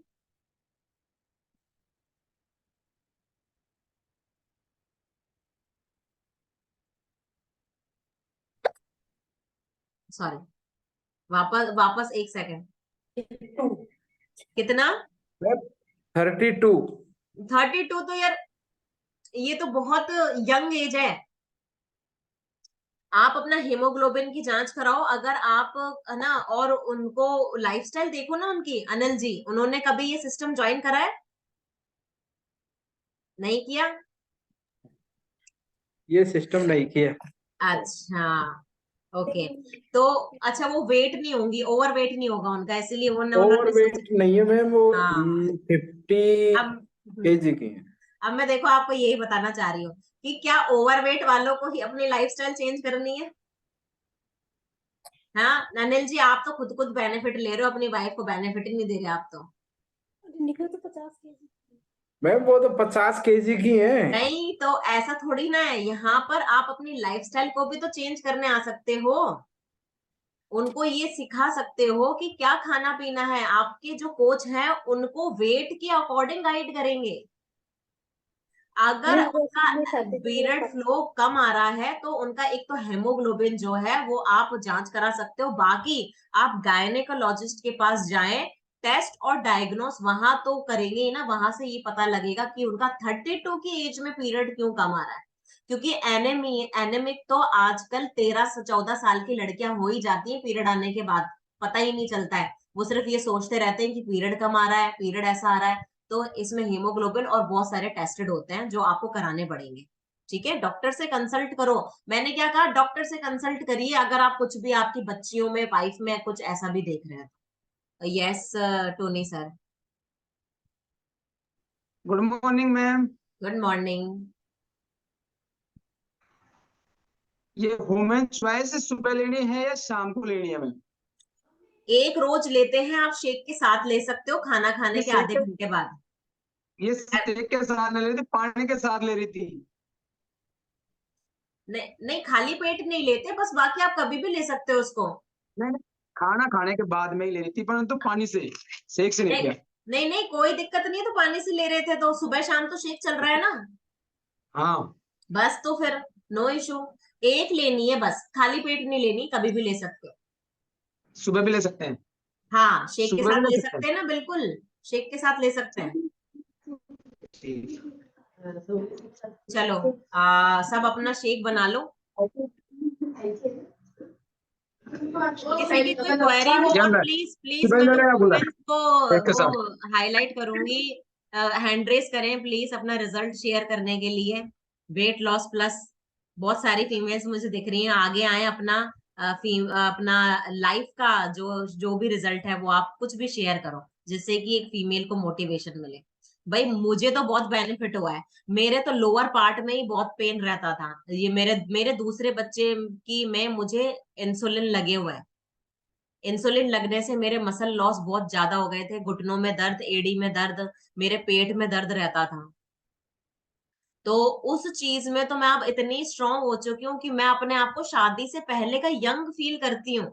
आपको कैसा फील हो रहा है? क्या आप थक रहे हो, या आप ऐसा फील कर रहे हो कि आप 18 साल के हो? इतना अच्छा रिजल्ट है, आप ऐसा जिंदगी भर फील करते रहो कि मैं तो 20-25 साल की हूँ। वाओ। है। तो हो सकता है ना ये, बहुत आसानी से हो सकता है। मेरी एज 34 है, और मैं जब 30 साल की थी तो मैं 40 की लगती थी। आज मैं 34 की हूँ, तो मैं, हाँ, अपने आप को बोल सकती हूँ कि दूसरे जब तैयार होते हैं अपन, और एनर्जी जो फील मैं करती हूँ 20 से 25 साल की मैं एनर्जी फील करती हूँ। तो ये अनु जी अपना जो है वो रिजल्ट शेयर करेंगी। ओके। एक शालिनी मैम है। चलो। तो बहुत देर हो जाती है मुझे बातें करते करते, अपना फटाफट से शेक का अटेंडेंस लेंगे फटाफट। Yes Shalini ma'am. अनु जी। हाँ नमस्ते। यस नमस्ते मैम। मैं अभी मेरे को 1 महीना भी नहीं हुआ है स्टार्ट किए हुए। मैं काफी अच्छा फील कर रही हूँ। लेकिन मेरी बेटी 4 साल हो गए उसको शादी को, लेकिन उसने भी कल से ही मतलब उसने स्टार्ट किए हैं। तो आप जो अभी आज जो पीसीओडी और ये सब सब कुछ है, वो सब टेबलेट्स जो आप बोल रहे थे वो मेटा क्या है वो सभी उसने काफी खाई है। तो मैं यही चाहूंगी कि आपकी बातें सुन के मेरे को ऐसे लग रहा है कि आप उसका मतलब कुछ अच्छा ही बेनिफिट मिलना चाहिए क्या। आ, मेरा एक्सपेक्टेशन वही है ज्यादा। नहीं मैम, उसके आप बस उसको ज्वाइन करवाओ, सारी चीजें उसने लाइफस्टाइल बस। कल से स्टार्ट किया है। तो मैम आपका वेट लॉस रिजल्ट क्या है अभी? मेरा ठीक ही है, चल रहा है अभी, जैसे 3-4 kg हो गया मेरा वेट कम। और मेरे कब से? मेनली प्रॉब्लम देखिए, मेरा मेनली मेरे यूरिन इन्फेक्शन बहुत जल्दी हो रहा था। हम्म। तो अभी इन दिनों थोड़ा कम ही है। तो मेरे को लग रहा है कि आगे रिजल्ट अच्छा ही मिलेगा। तो बेटी का बस खाली है कि वो कल से स्टार्ट की है। तो जो भी आपने आज जो नॉलेज दी है, मैं उसको भी आज मतलब वो भी ज्वाइन करेगी आप लोग को। तो देखिए उसका रिजल्ट अच्छा मिल जाए, मेरे को तो यही है सबसे तो ज्यादा। मैम आपको यूटीआई में बेनिफिट मिला है? हाँ थोड़ा तो मिला है। यूरिनरी ट्रैक इन्फेक्शन, ये भी बहुत अच्छा टॉपिक है। रिसेंटली बहुत फीमेल्स जो है वो फेस कर रही है यूटीआई। मतलब बहुत फ्रिक्वेंटली हो रहा था, बहुत ज्यादा। और वाइट डिस्चार्ज, वाइट डिस्चार्ज भी रहता था आपके? नहीं। चलो ना। ठीक। चलो। Only urine infection. तो ओके। अभी आपको कितना समय हो गया अनु जी? मेरे को अभी 20 दिन ही हुआ है। 20 दिन। 20 दिन में आपने कितना वेट लॉस किया? 3 kg। 3 kg, वेरी, बहुत बढ़िया। अनु जी बहुत अच्छा रिजल्ट है आपका, थ्री हम्म, के जी इन 20 days। Hmm. Okay. Thank you so much. तो अभी अभी टाइम रहेगा ना, तो अपन यूटीआई के बारे में भी डिस्कस करेंगे। यस। सुरभि टाक जी ने अपना हैंड रेस किया है। Yes ma'am. Hello ma'am, good morning. Good morning. Ma'am मुझे 2 मंथ्स हो गए हैं, और मेरी ये एंकल भी क्रैक थी। इस वजह से मैं एक्सरसाइज भी कम ही करती हूँ, ज्यादा नहीं करती। बट इतना मुझे इस चीज के लिए रिजल्ट अच्छा है कि मैं जाती थी पहले अपनी बेटी को छोड़ने। 1 किलोमीटर के आसपास भी नहीं होगा मेरी बेटी का स्कूल यहाँ से। 3 साल की मेरी बेटी है। उसका वेट जो है 18 kg है। हैवी है थोड़ी सी शुरू से ही। तो मैंने उसको बोलती थी, मम्मा मुझे प्लीज गोदी लेके चलो, मुझसे नहीं चला जाता स्कूल के लिए ना पैदल। कभी जैसे वो नहीं होते थे उसके फादर, या घर में कोई नहीं होता था, तो नहीं जाती थी गाड़ी से, पैदल लेके जाना पड़ता था। लिटरली शी इज क्राइंग कि नहीं चलता है, गोदी लेके चलो। पर मैं वो गोदी लेके नहीं चलती थी, क्योंकि मैं इतना खुद का ही वेट नहीं संभाल सकती, उसको कहाँ संभालूंगी। बट स्टिल मैं, अब जो है मेरी जेठानी का बेटा भी है, वो भी जाता है मेरे साथ, दोनों बैग भी वो भी, दोनों कैरी करके दोनों को लेके भी जाती हूँ। मुझे इस चीज के लिए बहुत अच्छा लगता है कि मैं अपनी बेटी को बहुत अच्छे से कैरी कर पा रही हूँ। रियली उस टाइम पर ऐसा लगता था नहीं यार क्या हो रहा है मेरे साथ। और मैम देखो कितना सीरियसली। प्यारा रिजल्ट शेयर करा है ना। बच्ची गोद में नहीं उठा पाती थी मैम, बट अब से आप कितना वेट लॉस कर लिया मैम आपने अभी तक? मैम वही तो ज्यादा नहीं, बट 2-3 हुआ है, ज्यादा नहीं है। बट आपकी बट मसल स्ट्रेंथनिंग बढ़ी है। उसके अलावा बहुत बहुत बहुत अच्छा, और मेरे अंदर बहुत ज्यादा एनर्जी रहती है। अभी 2 दिन से थोड़ा सा तबीयत खराब है इस वजह से, और मेरे घर में कुछ इश्यू चल रहा था, उस वजह से मैं थोड़ा डिले हो रहा है एक्सरसाइज भी, सेशन भी। नहीं तो मैं कंटिन्यू एक्सरसाइज भी और सेशन कंटिन्यू रखती। मेरी थैंक यू। बेटी साथ साथ घूमती रहती है, अभी तो आज आज तो सो रही है। नहीं नहीं, thank you ma'am, thank you Surabhi ji, आपने बहुत lovely beautiful thank you. Result जो है वो शेयर करा है अपनी बच्ची का मुझे कि मुझे संतोष मैम ने बोला था नहीं बेटा आप कर लोगे, मैंने कहा नहीं मेरे से नहीं हो पाएगा कुछ भी, अब मैं बिल्कुल खत्म हो चुकी हूँ, मेरे से नहीं हो सकता अब कुछ भी। तो thank you so much. Yes Kranti ma'am. Good morning ma'am. Good morning. मैं ये वोमन चॉइस के बारे में बताना चाहती हूँ। मेरी बहुत प्रॉब्लम थी, मैं 3 साल से अपना इलाज करा रही थी वो बच्चा कंसीव करने के लिए, और 6 साल की मेरी बेटी हो गई। तो उसके बाद मुझे कुछ परेशानी हो रही थी, ऐसे पीरियड मेरा ठीक नहीं हो रहा था, 2-2 महीने हो जाता था लेकिन नहीं आता था टाइम से। फिर इसके बाद डॉक्टर को जब दिखाया तो डॉक्टर तो बताता ही नहीं था कि क्या है, बोलती थी कि सही हो जाओगी, ये दवाई ले लो वो दवाई ले लो। ये चेकअप भी मैंने बहुत सारे करवा लिए लेकिन कोई अच्छा रिजल्ट नहीं आया। फिर यहाँ पे मैंने वेट लॉस करने के लिए आई थी कि वजन कम करो पहले, फिर देखते हैं बाद में, डॉक्टर डॉक्टर सब छोड़ दो। तो यहाँ मैंने 2 महीने में पीरियड मेरा एकदम पहले ही महीने मेरा अच्छा आया। और इतना पेन होता था पहले, मुझे ऐसे लगती सुई चुभती थी, ऐसा लगता था सुई की जैसे दर्द होता था। लेकिन इस महीने और अच्छा रिजल्ट आया है और बहुत अच्छे से पीरियड आ गया। और मैंने कहा अब इतना ठीक हो गया है तो देखो अब सब कुछ ठीक हो जाएगा। आप तो कॉन्फिडेंस डेवलप हो जाता है आपके अंदर, आपको एक एक करेक्ट पाथ मिल जाता है कि जहां हम जा रहे हैं ना वो बिल्कुल सही जगह है, तो आपके इंटरनल पावर बहुत हाई हो जाती है, कॉन्फिडेंस डेवलप हो जाता है और आपका फेथ बढ़ जाता है, और बिलीव ही तो है जो आपको इतनी आगे तक पहुंचाता हाँ है। मैम, और इतना इतना अच्छा लग रहा है। मैं तो हर लेडीज को बोलूंगी ये, अगर किसी को इतनी प्रॉब्लम है तो जरूर, अगर इतना सा भी है कि पेट का कुछ भी, हर लेडीज को, मैं भी कोई भी मिलता है तो मैं समझाती हूँ, अगर कोई मिलेगा मैं ये तुम्हें परेशानी हो तो हमसे बात करना, तो डॉक्टर डॉक्टर के चक्कर में मत पड़ना। बहुत दिक्कत देते हैं ये, कुछ बताते ही नहीं है, हमें तो पता ही नहीं था कि मुझे पीसीओडी की प्रॉब्लम भी है। मैं तो सोचती पता नहीं क्यों इतना टाइम लग रहा है, क्यों इतनी दिक्कत हो रही है।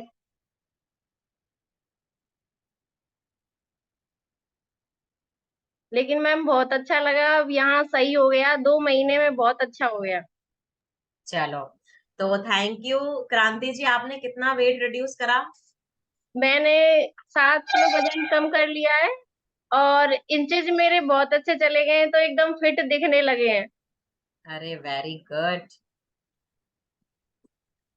Thank you so much Kranti ji. बाकी देखो, थैंक मैं आपको वापस से बोलूंगी कि जब भी आप कोई प्रॉब्लम फेस कर रहे हो डॉक्टर से जरूर कंसल्ट करना चाहिए।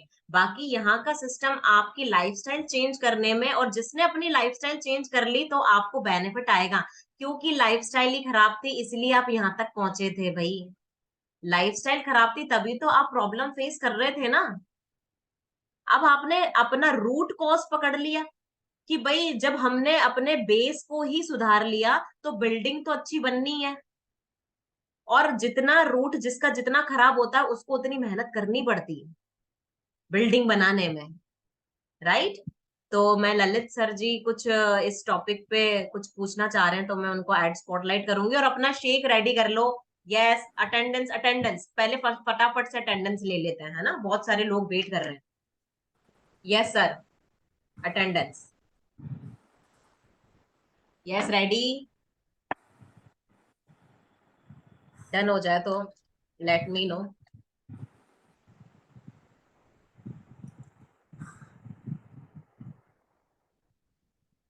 रेडी? डन?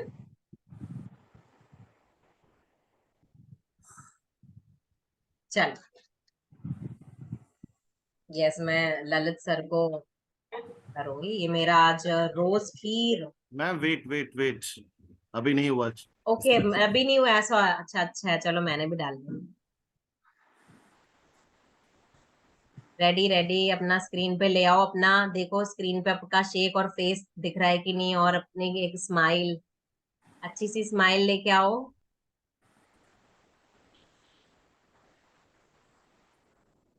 मेरे को रास्ते में वो जो एक पिंक कलर का वो लोग बांटते नहीं थे प्रसाद, पिंक कलर का रसना टाइप दूध में, वो बहुत अच्छा लगता था। बट मुझे ये नहीं पता था कि उससे वेट गेन होता है, और उसमें रिफाइंड शुगर डली हुई होती है, और पता नहीं किस क्वालिटी का वो होता है रसना।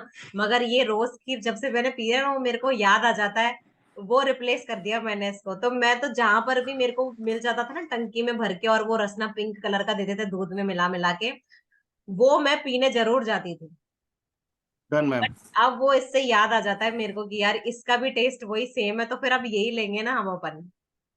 Ma'am done. Thank you. Yes, Lalit ji. हाँ, नमस्कार जी।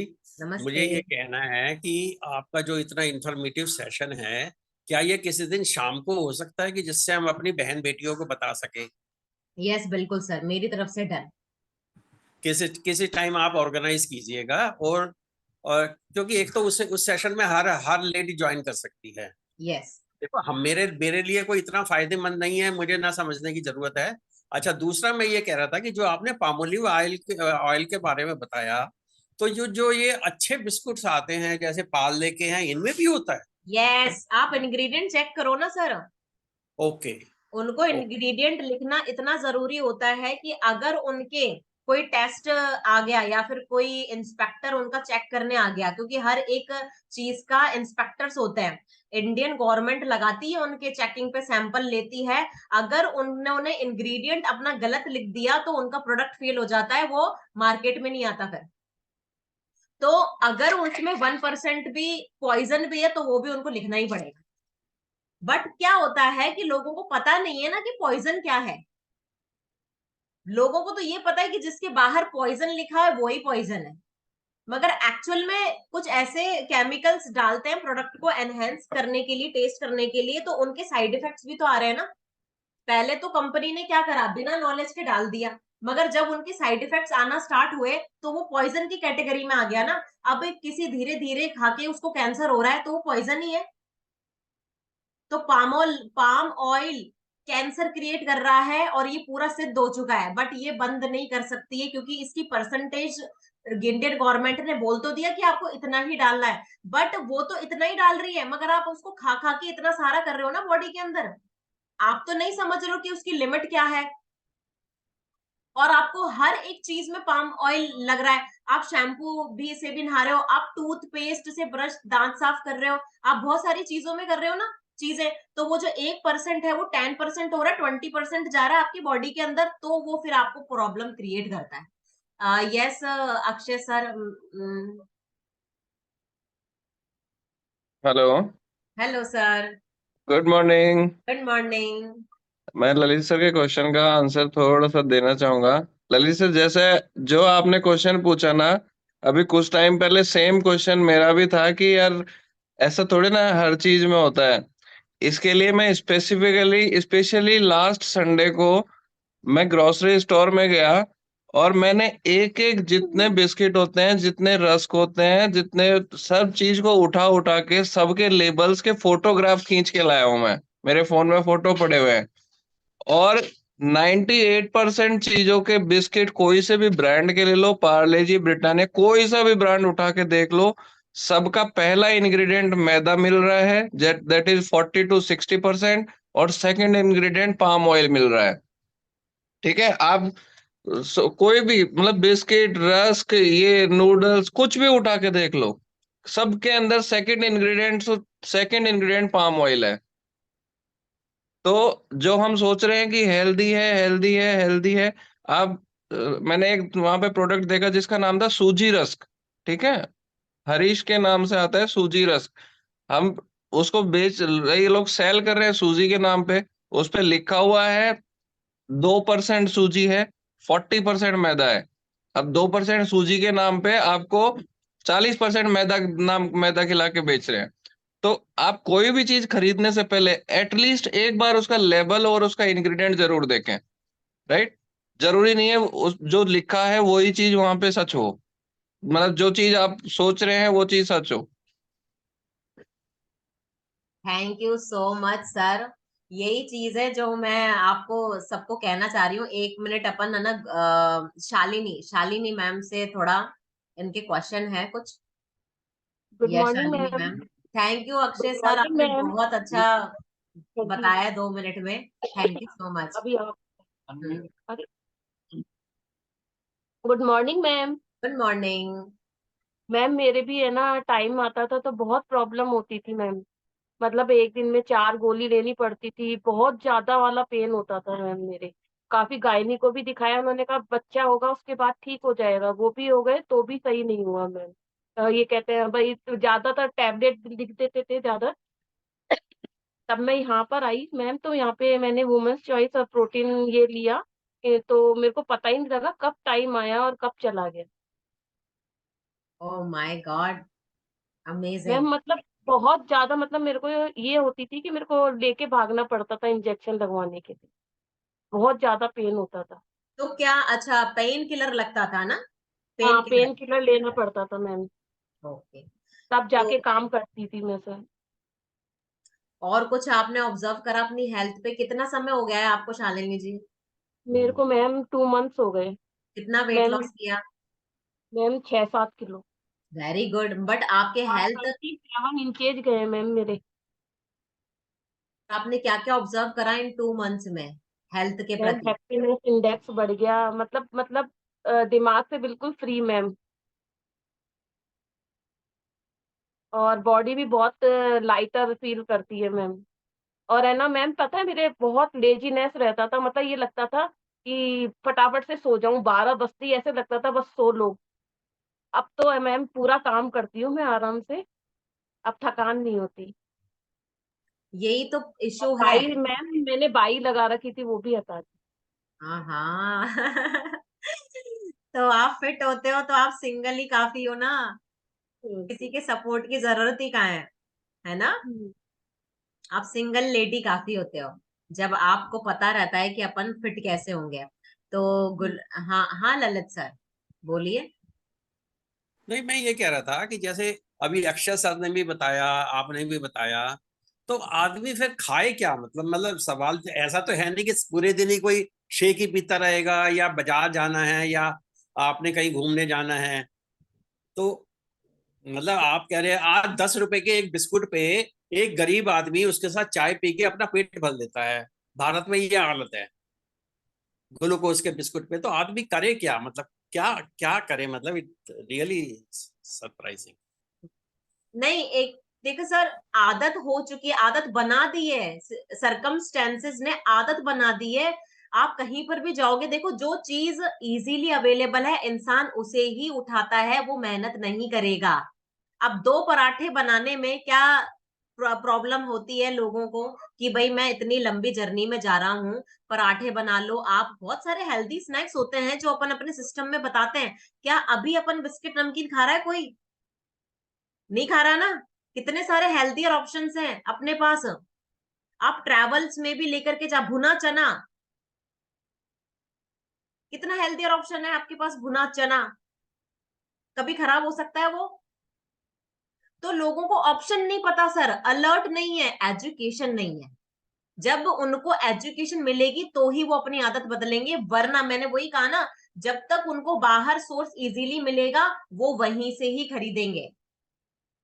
यस वेद प्रकाश जी।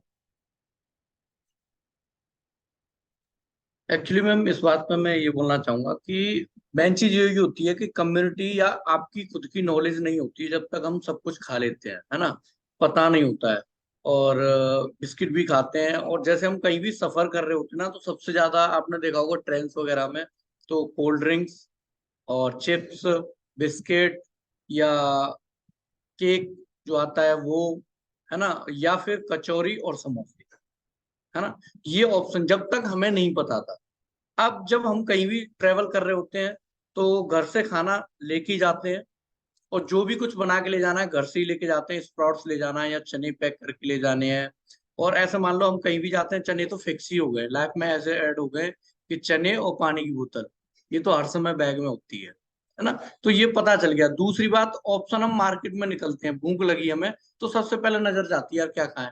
तो ऐसा मत बोलना, लेडीज के लिए मैं स्पेशली बोल रहा हूँ, तो सबसे पहले नजर जाती है या तो आलू टिक्की, है ना, और या पानी पूरी, है ना। तो ये सब पे सबसे पहले नजर जाती है।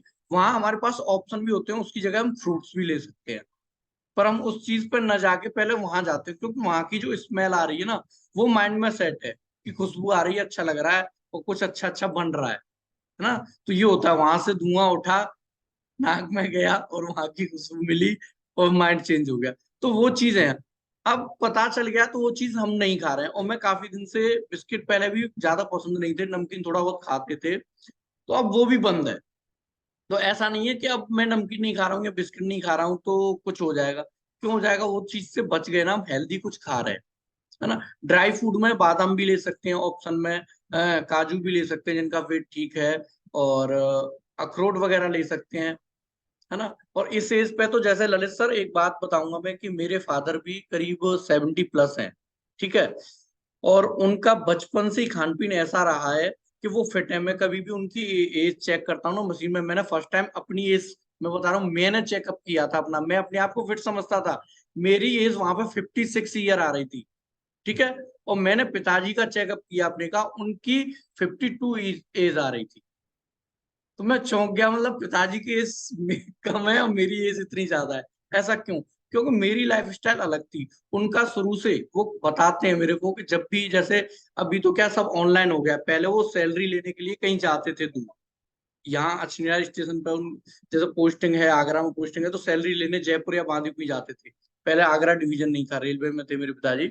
तो वो क्या है कि वहाँ खाना जो चॉइस करते थे उस समय, तो उनका ये रहता था कि वहां से जैसे ही चलते थे ट्रेन में सैलरी लेके, तो आधा किलो 1 किलो चने लेके बैठते थे, और पूरी रास्ते वो खाते हुए आते थे और पानी पीते हुए आते थे, या गुड़ ले लेते थे साथ में।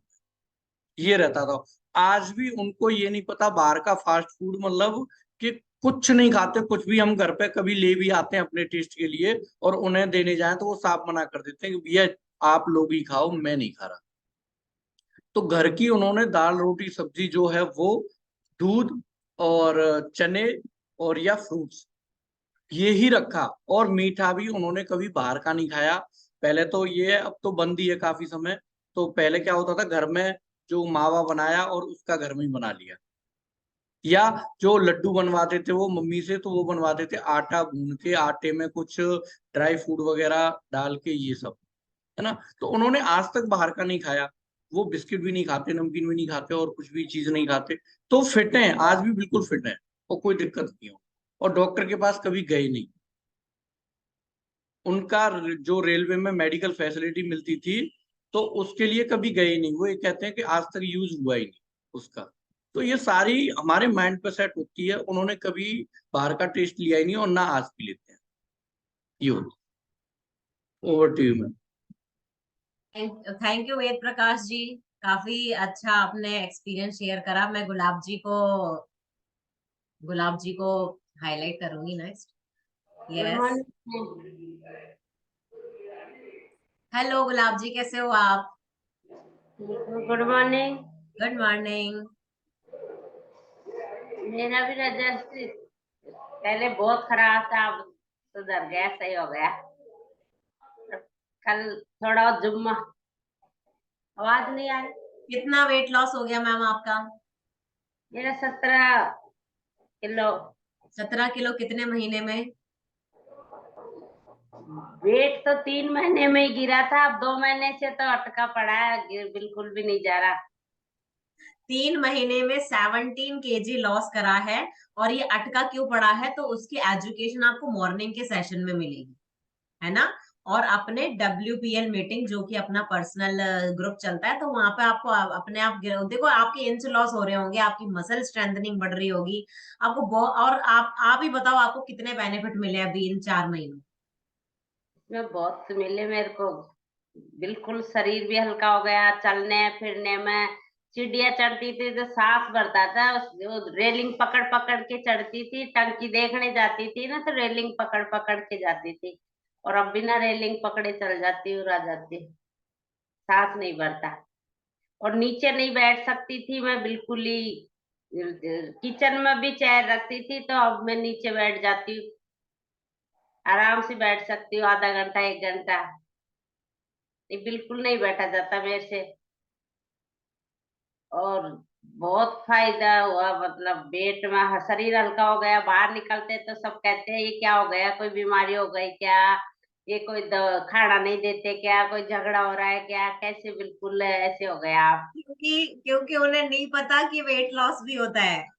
हाँ, मैंने अब कहा कि इसके लिए तो मैंने बहुत मेहनत करी होगा। हाँ, क्योंकि लोगों को पता नहीं है ना कि वेट लॉस भी किया जा सकता है। ये हाँ, है उनको। अनिल सर जी, आप कुछ पूछ रहे हैं? और किसी की क्वेरी है तो आप ले ले भी सकते हैं, और फिर अपन फिर लीव करेंगे 5 मिनट में। Yes Anil sir. मैम आप बता रहे थे कि शैम्पू में पाम ऑयल है, साबुन में पाम ऑयल है, तो फिर यूज क्या करें? यूज क्या करें? मैंने आपको ये भी बताया है कि जो चीज चल चुकी है ना, वो तो चीज चल चुकी है, उसको आप कैसे अवॉइड करोगे। अब वही है कि आपको होम रेमेडी भी मिलेगी हर एक चीज की, मगर इंसान के पास पहले तो सोर्स नहीं है, सोर्स खत्म हो चुके हैं समय के साथ साथ। अब आप शैम्पू लगाने पे मजबूर हो चुके हो, वरना क्या आप शैम्पू के इंग्रेडिएंट्स नहीं आते क्या मार्केट में? आप यूट्यूब पे सर्च करो होम मेड शैम्पू, सब कुछ मिलेगा आपको यूट्यूब में। मैम मैं ललित सर की बात से थोड़ा सहमत हूँ, क्योंकि अपने हाँ भारत में गरीबी ज्यादा है। हाँ। नहीं, ललित सर ने एक बात सही कही थी कि 10 रुपए में गरीब आदमी कुछ नाश्ता वगैरह कर सकता है। देखो, अगर देखो, दो तरह के लोग होते हैं, अच्छे बुरे। ऐसे ही प्रोडक्शन में भी, किसी भी मार्केटिंग करने में भी, वहां पर भी दो तरीके की कंपनी होती है, एक अच्छी और एक बुरी। तो हर एक चीज केमिकल फ्री आने लग चुका है, sulphate free, palm oil free, है ना, पैराफिन फ्री। आप सर्च करोगे आपको शैम्पू ऑर्गेनिक भी मिलेंगे। क्योंकि लोग अगर अगर लोगों को मतलब एक सही चीज नहीं मिल रही है, अब लोग वैसे भी तो लोग हैं जो एक डिमांड कर रहे हैं कि हमें ऑर्गेनिक प्रोडक्ट्स दो, तो फैक्ट्री बना रही है उनको। आप सर्च करो इसके बारे में, आपको हर एक चीज का सब्स्टिट्यूट है मार्केट में। Yes Kapil sir. Anil sir, हमारे पास कुछ ऑप्शंस आते हैं ऐसे। मैं किसी कंपनी का प्रचार नहीं कर रहा, बट अगर आप किसी शॉप पे जाएंगे, उसको बोलेंगे भैया मुझे हिमालय की क्रीम देना, तो उसमें लिखा हुआ है पैराबिन फ्री। उसमें स्टार बना के लिखा है, फ्रंट पे लिखा है। तो हमारे पास कई ऐसे ऑप्शंस हैं, क्योंकि हमने उनको भी आज हमने ये चीज सीखी है कि इससे क्या होता है, इसके साइड इफेक्ट क्या है, क्योंकि वो हमारे लाइफस्टाइल में अडॉप्ट हो चुके हैं। इसलिए हमें आज ये सोचने में मजबूर होना पड़ रहा है कि अब हम क्या करेंगे। जब हम सोचेंगे क्या करेंगे, तो हम जाके कुछ ऑप्शंस ढूंढेंगे। आपको बहुत ऑप्शंस मिलेंगे सर। अभी आप स्नैक्स की बात करते हैं, जितने भी हमारे ये परचूने वाले होते हैं, या फिर अपने कुछ ऐसे स्नैक्स वाले होते हैं जो रोस्टेड आइटम रखते हैं, वो मूंग दाल की रोस्ट रखते हैं, वो चना का रोस्ट रखते हैं, वो छोले का रस रोस्ट रखते हैं। इवन आजकल तो गेहूं का पफ आता है, वो भी है, वो रोस्टेड है। और ओके। अगर आपने किसी अपने मेहमान के सामने रखा भी आपको, और सब पूछता है भाई कि क्या चीजें कहाँ से लेकर आए हो, और टोटली ऑयल फ्री होता है। हमारे पास हर एक चीज का ऑप्शन है, बट हम वो चीज ऑप्ट करने की कोशिश करते हैं जो फ्रीली अवेलेबल है, इजीली अवेलेबल है, इकोनॉमिकल है। उसको हम ये थोड़ा सा पेन ले अगर हम लेते हैं चीजों के लिए, सर हमारे पास हर एक चीज का ऑप्शन अवेलेबल है। अभी आपने पूछा कि शैम्पू यूज नहीं करे तो क्या करेंगे। दादी माँ का साबुन था, केश किंग। देखो, ये तो कैसा को याद भी आ गया, मैं आज तक वही लगा रहा हूँ फ्रीली। सर मैं अभी खा भी दूंगा, गोदरेज का शैम्पू आता, साबुन आता है, शिकाकाई सोप, वो यूज कीजिए आप। आपको कंडीशनिंग चाहिए, आप एग का यूज कर सकते हैं, आप दही यूज कर सकते हैं, वो बहुत अच्छे कंडीशनर्स हैं। बट क्या है, हमने उनको जिसको अभी देखा नहीं है। तो अगर हम ढूंढेंगे देखेंगे सर, हाँ पर हर एक चीज अवेलेबल है घर के अंदर ही, घर के आसपास पहले हर एक चीज जानकारी अवेलेबल नहीं होती है। थी, अब जानकारी हुई है तो फिर बस थोड़ा बस अब हम जानकारी में आए हैं तो हमें ये सोचने में मजबूर होना पड़ रहा है, और हमें यही चीजें आपको आगे लेके जा रही है। हमारा मकसद यही है, इस कम्युनिटी का यही मकसद है कि आप लोग अपने उन चीजों को छोड़ना सीखिए। चनाचोर वगैरह थैंक यू। माता sir. Kapil sir, Anil yes ji, sir. एक चीज हम भूल, सुनो, हम दिखावे में चले गए, एक चीज हम भूल गए। आज भी मेरा एक फ्रेंड का एक्सपीरियंस है। हम मुल्तानी मिट्टी आती है, आपके यहाँ क्या बोलते हैं, हर जगह क्या होता है मुझे पता नहीं, हमारे मुल्तानी यहाँ मिट्टी मुल्तानी मिट्टी मिट्टी बोलते हैं। बोलते हैं सुमन सर। जी, सुमन जी मेरा, दिखा रही हैं, ये देखो। हाँ, ये मेरा फ्रेंड देखिए आज भी एक डिफेंस पर्सन है, वो उसको ही यूज करता है। न उसके बाल झड़ते हैं, ब्लैक हैं, और बालों का बिल्कुल ऐसे, कहते हैं ना आजकल यहाँ से झड़ना वहां से झड़ना, कुछ नहीं, ये है। कोई इश्यू नहीं है। वो शैम्पू यूज ही नहीं करता है, आज भी मुल्तानी मिट्टी यूज करता है। पर आज का दौर क्या है कि मैंने मुल्तानी, मेरे घर में किसी ने देख ली ना, तो पड़ोसी आके हंसेगा, यार ये क्या यूज कर रहे हो। तो हम उसको रोकने के लिए हम शैम्पू पे आ गए। बाकी मुल्तानी मिट्टी जो काम पहले करती थी वो आज भी करती है, ऐसा नहीं है उसमें कुछ चेंज हुआ है। ऐसे ही जो नमक की बात मैंने देखा है एक्सपीरियंस, कि नमक आजकल बहुत सारे कंपनियों के आ रहे हैं, नमक लोग यूज कर रहे हैं, वो क्या है, उनमें सब में मिलावट है। पर एक जो अच्छा नमक है ना, वो क्या है, वो सेंधा नमक, जो हम फास्ट में यूज करते हैं। क्यों? कि वो पत्थर से बना हुआ है, वहां से पिसा हुआ है। अगर हम पत्थर लाके उसको पीस के रेगुलर लाइफ में यूज करेंगे ना, तो बहुत अच्छा टेस्ट भी है और अच्छे काम में भी आता है, बॉडी में बहुत अच्छा यूज भी है। और मेरे यहाँ वही यूज होता है, सब्जी हो कुछ भी हो, हर चीज में सेंधा नमक ही यूज होता है, बाकी कोई दूसरा नमक आता ही नहीं है। तो हम उस चीज को यहाँ के सीखें तो उसको हम चेंज कर सकते हैं पहले की तरह, जितना हो सके। बाकी ये होता है कि कुछ चीजें हम खा भी लेते हैं, कोई बात नहीं है। वर्कआउट जो हम डेली कर रहे हैं उससे हमारी इम्यून पावर हाई हो रही है, तो हम वर्कआउट को लाइफ स्टाइल, मतलब लाइफ टाइम तक वर्कआउट को ऐड कर लें। जब तक हम जिए, जब तक बॉडी में वर्कआउट रहेगा, तो इम्यून पावर हाई रहेगी। इम्यून पावर हाई रहेगी, हम कुछ खा भी लेंगे ना, तो उसको हम आराम से झेल सकेंगे। इतनी अपनी बॉडी को पावरफुल बनाइए। हर चीज से नहीं बचा जा सकता, पर जितना बचा जा सकता है उतना बचो। और खा भी लें तो वर्कआउट रखो, वर्कआउट होगा तो वो झेल पाएंगे, तो वो चीजें हम पे काम नहीं, हावी नहीं होंगी, है ना। तो वो चीज रखो। अब क्या होता है, कुछ लोग आए, 1-2 महीने न्यूट्रिशन यूज किया, वर्कआउट किया, उसके बाद चलो न्यूट्रिशन तो छोड़ दिया, वर्कआउट भी छोड़ दिया, फिर सर। समझने का क्या फायदा हुआ। तो सर वर्कआउट भी रखना है, न्यूट्रिशन भी साथ में रखना है, तो कोई दिक्कत आने वाली नहीं है। Thank you sir. सर मैं आपसे कहना चाहूंगा, एक बहुत पुराना ऐड आया था, बहुत बढ़िया ऐड था, उसके पंच लाइन बहुत अच्छी थी, दिखावा पे ना जाओ, अपनी अकल लगाओ। क्योंकि आज के दौर में क्या होता है कि वो एक शैम्पू का ऐड आता है, उसमें से दिखाते हैं कि लड़की आती होती है, वो में सारे बाल घुमाती है, और हमको लगता है यार हमारे बाल भी ऐसे हो जाएंगे इसके बाद। और फिर पिज्जा का ऐड आता है, वो तो चीज गिरता है, एक्चुअली तो वो फेविकॉल होता है। अगर आप वो चीजें स्टडी करेंगे, ये सब एक्चुअली मार्केटिंग स्ट्रेटेजीज जो डेवलप की गई हैं, वो आपको बेवकूफ बनाने के लिए की जाती हैं, क्योंकि आप उनके एंड यूजर्स हैं।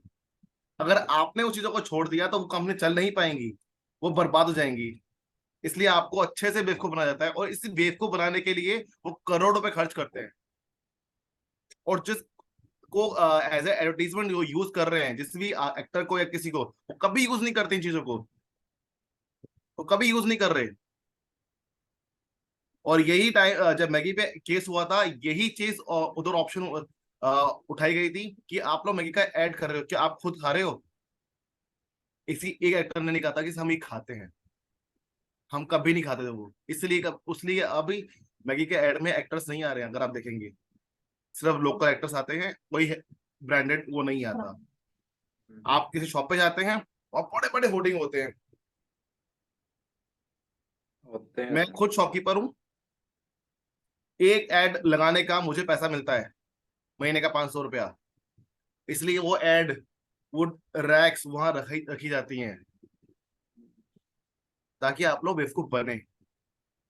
लेकिन हमें बेवकूफ नहीं बना ना, हम समझदार की उस कम्युनिटी में आ चुके हैं, जाके हमें चीजों को अक्ल दी जाती है जो पहले किसी तरह से बंद की गई थी। आपको एक किस्सा दिलाऊंगा ललित सर, आपको पक्का याद होगा और यहाँ पे कई लोगों को याद होगा। आज के तारीख में कोलगेट चारकोल का पेस्ट बना रहा है। 25 साल पहले वो चारकोल पे ही ऐड बना रहा था कि चारकोल से दांत खराब होते हैं। किसको याद है? ललित सर को याद है? देखिए, वो एक शेक खाते थे करके तोड़ दिया, खत्म। क्यों आज नहीं होगा? 25 साल बाद उसको जरूरत है तो वो ही चीज आज सत्य हो जाती है। तो मेनली क्या है सर, हमें अपने आप को स्मार्ट बनाना पड़ेगा। वो स्मार्ट है, हमें उनसे ज्यादा स्मार्ट बनना पड़ेगा। तो उन चीजों को ऑप्ट कीजिए जो आपकी सेहत के लिए सही है, उनकी पॉकेट के लिए नहीं। अगर आप आज कुछ पॉकेट का थोड़ा सा अमाउंट ज्यादा खर्च करेंगे ना सर, उन चीजों को लेने के लिए जो आपकी सेहत के लिए अच्छे होंगे, मैं गारंटी के साथ कह सकता हूँ इस कम्युनिटी का हर इंसान, और जिसको भी आप लेकर आएंगे, वो लाइफ टाइम डिजीज फ्री रह सकता है। तो क्या हमारा पैसा बचेगा नहीं? जो आज हम वहाँ खर्च करेंगे थोड़ा सा एक्स्ट्रा, उधर कहीं ज्यादा खर्च करने से बच जाएंगे। तो उन चीजों पे हमें सोचना पड़ता है कि हम इकोनॉमिकल जा रहे हैं, लेकिन किस रूप में जा रहे हैं, लॉन्ग टर्म या शॉर्ट टर्म। हमें लॉन्ग टर्म में जाना है, थोड़ा सा पैसा अभी खर्च कर लो, लाइफ टाइम फ्री रहोगे, लाइफ टाइम अपना डिजीज फ्री रहोगे और मस्त रहोगे। Thank you sir, thank you. Thank you sir. Thank you so much sir. Kapil sir ने बहुत मतलब बहुत अच्छा, मजा आ गया मुझे सुन के, और सब बहुत अच्छे से सुन रहे थे कपिल सर को। तो रमिका जी, आप कुछ शेयर करना चाहते हैं आपकी, या फिर क्वेरी है? Yes, good morning ma'am. Good morning. बड़ी मुश्किल से मैंने रेज हैंड किया है। नहीं बोलिए। मैं सोचा अभी बारी आएगी तो ठीक है, नहीं तो फिर डाउन कर लूंगी। नहीं नहीं नहीं, बिल्कुल आप बोलिए, बताइए। हाँ, एक तो आपकी इंफॉर्मेशन जो भी आपने बताया बहुत अच्छा था, अमेजिंग। उसके पहले भी आपने एक सेशन दिया था, वो भी बहुत अच्छा था, मैंने पूरा अटेंड किया था। और मतलब आपसे बहुत कुछ मैंने जाना है। मैं आपका इवनिंग वाला भी ज्वाइन करती हूँ, बहुत सारी बातें जानने को मिलती हैं, मुझे बहुत अच्छा लगता है। मैं हमेशा जितना हो सकता है अटेंड करती हूँ। और मैंने इसमें यहाँ इस फैमिली में आके बहुत मतलब अपने आप को, मेरी बहुत इच्छा थी कि मैं अपना वेट रिड्यूस करूँ। तो मेरा भी शौक है, तो मैं उस टाइम नहीं दे पा रही थी। लेकिन मॉर्निंग वर्कआउट, और खाली मैं मॉर्निंग वर्कआउट करती हूँ, इसमें मैंने मतलब बहुत अच्छा मेरा इंच लॉस और वेट भी बढ़ता है, कभी बढ़ जाता है तो मैं उसको मेंटेन कर लेती हूँ, फिर नीचे ले आती हूँ वापस। तो ये सब चीजें मैंने सीख ली है कि कैसे बढ़ता है और कैसे कम होता है ये सब। और अच्छा, मतलब बहुत ही अच्छा मुझे अच्छा लग रहा है। और मैं काफी लोगों को भी बताना भी, लोग मुझे देख के ही पूछते हैं कि आपने क्या किया। तो मैं फिर बताती हूँ मैंने ये ज्वाइन किया है। और मैं एक ही महीना मैं सोच रही थी कि मैं एक महीना तो मैंने ऐसे ही वेस्ट कर दिया कि कुछ नहीं होता, ऐसे ही होता है, ये है वो है। लेकिन फिर सेकंड मंथ मैंने देखा कि यार 2 kg लॉस हो गया, चलो थोड़ा और ट्राई करती हूँ। तो अच्छा रिस्पॉन्स मिला। तो उससे भी फिर हमारा फैमिली में भी सब लोगों का सब कुछ चेंज हो गया, खाना पीना भी। तो उससे भी बहुत अच्छा, मुझे अपने आप को भी बहुत लाइट फील करती हूँ मैं। और अभी सारा वर्कआउट भी मैं कर लेती हूँ। अक्षय जी को बहुत बहुत थैंक यू बोलूंगी मैं कि उन्होंने जब पहले मुझे उनका नाम पढ़ते ही मैं रात को देखती थी कि उनका नाम लिखा है, मैंने बोला अरे अभी तो बैंड बज जाएंगी इस मॉर्निंग में। लेकिन अभी देखते हैं तो अक्षय सर है तो मैं बहुत, अभी वेद प्रकाश सर का भी अच्छा है, तो मुझे ऐसा ओके, वर्कआउट अच्छा लगता है। हाँ, थैंक तो यू उसके सो लिए मैं मच। तो अभी टोनी सर, ये शालिनी मैम, आपने हैंड रेस कर रखा है? शालिनी मैम, यस बोलिए। मैम मेरे है ना फाइब्रॉइड की भी प्रॉब्लम है। ओके। तो कई लोग कहते हैं ऑपरेशन करा लेना चाहिए, कई लोग कहते हैं कि नॉर्मल होता है, ये हर किसी के मिलेगा ये तो। नहीं, फाइब्रॉइड हर किसी के नहीं मिलता मैम। आपको कुछ ना कुछ वहां पर अनहेल्थी लाइफस्टाइल से फाइब्रॉइड आता है, मगर अभी आपने यहाँ पर कंटिन्यू करोगे ना तो वो पूरी गंदगी के साथ निकल जाएगा। बॉडी डिटॉक्स होती है ना, फाइब्रॉइड को निकालती है। आप बिल्कुल चिंता ना करें, आपकी यूट्रस अपने आप एक्टिव होगी नहीं वर्कआउट तो से। मैम ऑपरेट कराने की जरूरत नहीं है? हाँ ठीक है। हाँ बिल्कुल मैम, डॉक्टर्स ने बोला है कि आपको? हाँ जी मैम, डॉक्टर कई तो बोलते हैं कि करा लीजिए, और कई लोग बोलते हैं कि ये कैंसर भी हो सकता है आगे जाके। ओके, तो अभी आपको कुछ प्रॉब्लम आ रही है उसमें वर्कआउट करने में? नहीं नहीं नहीं मैम, कुछ भी नहीं क्या आ रही। साइज आपने बताया यूट्रस का साइज? मैम 3 mm का। तो ये तो बहुत छोटा है मैम। अच्छा मैम, प्रॉब्लम नहीं हाँ, है मतलब? आपका फाइब्रॉइड 100 ग्राम के हो जाते हैं, आधा आधा किलो के भी हो जाते हैं, मगर 3 mm ऐसा कोई बड़ा खास नहीं है। आप अपनी लाइफस्टाइल चेंज कर चुके हो, तो आप अब ये कंपैरिजन करो। आपको 2 महीने हो गए ना, हाँ जी मैम। तो 2 महीने के 3 महीने के बाद आप अगेन सोनोग्राफी करवाना। अगर उसका कम हो रहा है तो इट मीन्स आपको ऑपरेट कराने की जरूरत नहीं है। और क्या आपको तकलीफ दे रहा है वो फाइब्रॉइड? नहीं मैम। नहीं दे रहा है तो डॉक्टर तभी बोलते कि भाई तकलीफ दे रहा है तो ऑपरेट करवाओ। बाकी जो मैंने देखा है कि आप जब इस सिस्टम में आते हो तो आपका फाइब्रॉइड का साइज कम हो रहा है, तो आप 3 महीने के बाद सोनोग्राफी कराना जरूर। तो अगर आपको साइज में फर्क पड़ गया इट मीन्स बस अब मुझे तो यही करना है लाइफ टाइम।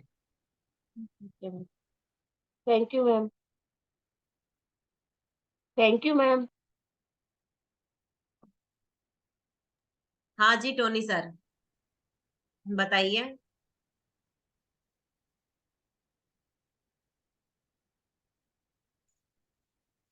एक सेकंड पहले अनम्यूट करिए आप अपने आप को। हाँ मैम, हाँ जी मैं ये सर। कह रहा था जो पाम ऑयल बनता है ना, उस फैक्ट्री में मैं जाके आया था, मेरा काम चल रहा था।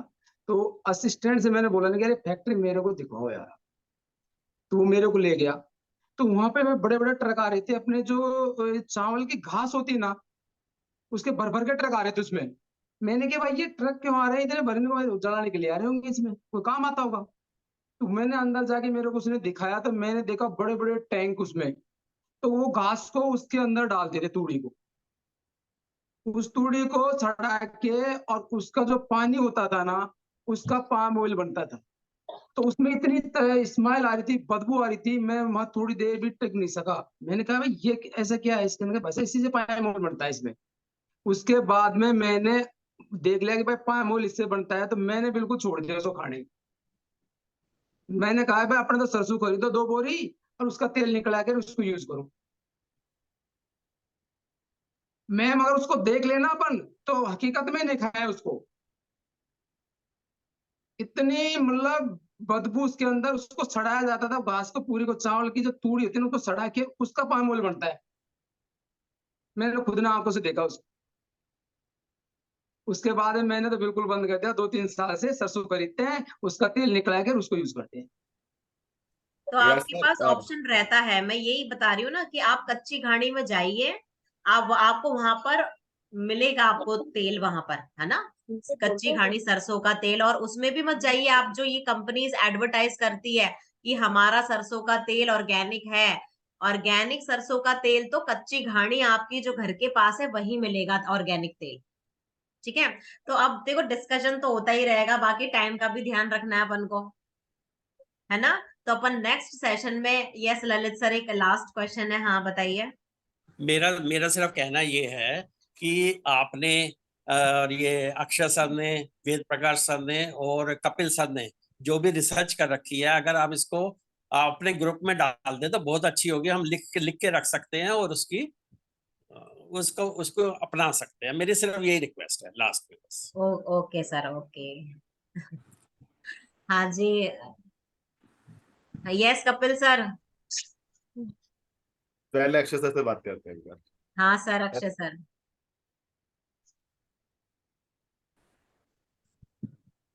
सर आप हेलो, हाँ आवाज आ सर, रही है? आवाज आ गई, अब बिल्कुल आ गई।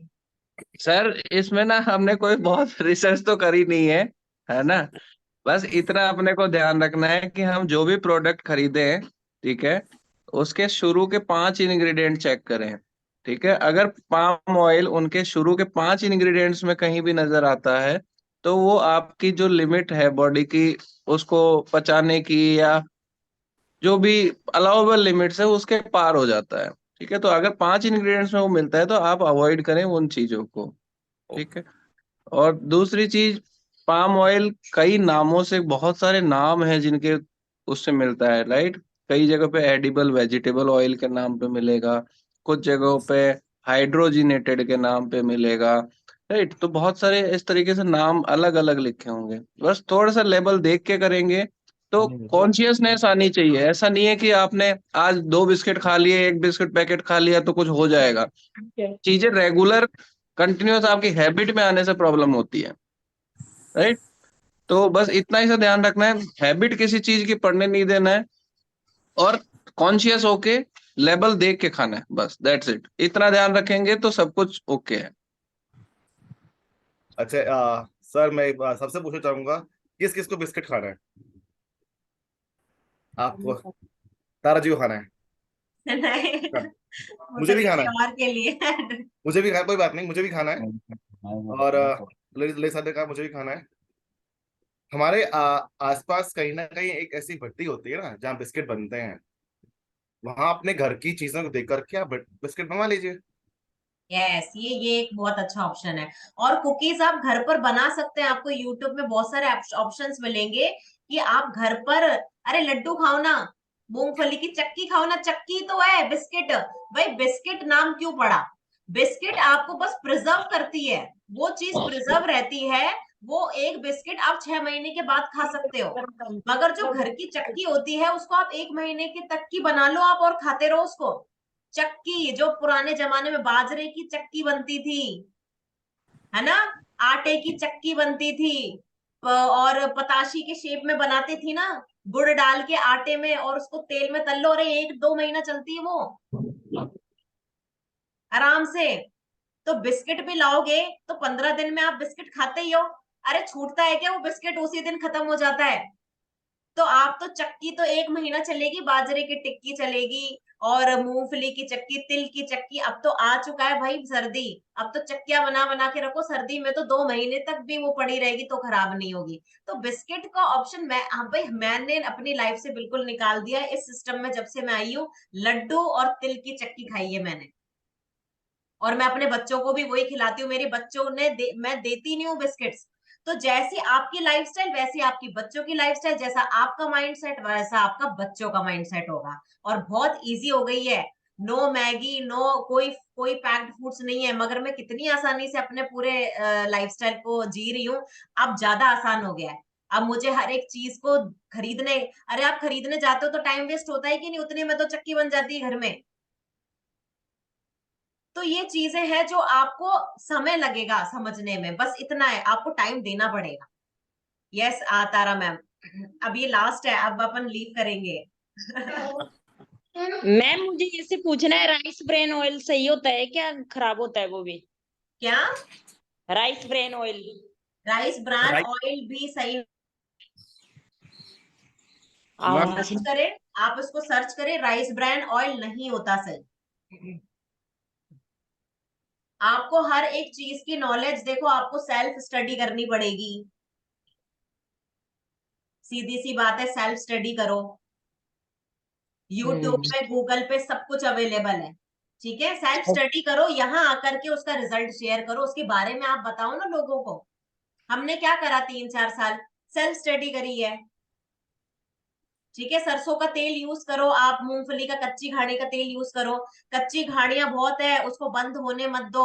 अगर आपने रिफाइंड ऑयल बंद नहीं करा तो कच्ची घाड़ियां बंद हो जाएगी, फिर आपको अवेलेबिलिटी कम हो जाएगी, उसके सोर्सेस कम हो जाएंगे ऑर्गेनिक के।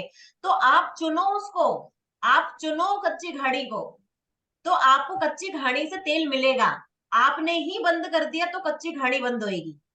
आया समझ में? आप रिफाइंड शुगर यूज करोगे तो रॉक शुगर नहीं मिलेगा आपको। आप टाटा नमक या फिर कोई ऐसा ब्रांड का यूज करोगे तो आपको वो ऑर्गेनिक सोर्स, क्योंकि उसकी डिमांड ही खत्म हो जाएगी तो वो लोग बनाना बंद कर देंगे। ठीक है, तो आप उसके यूजर्स हो तो आप समझो कि क्या आपको खाना है और क्या नहीं खाना है। ठीक है, तो ओके, बहुत बढ़िया सेशन हुआ। आप अपना एक्सपीरियंस जरूर लिखिएगा ग्रुप में। आज का जितना भी आपको अच्छा लगा, आप सीजन 40 वाले ग्रुप में अपना रिजल्ट और जो भी आपका एक्सपीरियंस रहा है आज वो शेयर करें, जरूर लिखें, ठीक है। यस वेद प्रकाश जी। एक बार सभी लोग प्रेरणा मैम के लिए क्लैपिंग करेंगे अनम्यूट करके। बहुत अच्छा सेशन था। आप सभी को thank you. Thank you Prerna ma'am, thank you very much. बहुत शानदार सेशन, बहुत बढ़िया, शानदार सेशन, बहुत बढ़िया। Super ma'am, thank you very much. Thank you so much Akshay sir, बहुत वेद अच्छा प्रकाश। लगा।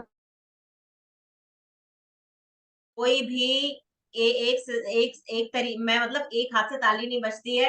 आप सबने बहुत अच्छा मेरा मुझे बूस्टअप करा है। पता है जब मैं बैठती हूँ ना तो मैं सोचती हूँ मैं क्या बोलूंगी। अब देखो 2 घंटे हो गए टॉपिक नहीं खत्म हो रहा है ना, टॉपिक नहीं खत्म हो रहा। तो जब आपका साथ होता है ना तभी एक क्लास बनती है, एक बहुत अच्छा एक्सपीरियंस होता है। So thank you so much. मैं सबको एक एक सिंगल पर्सन को थैंक यू बोलूंगी। Okay so bye bye, bye ma'am, bye, thank you so much. Ma'am एक छोटी सी बात, छोटी सी बात।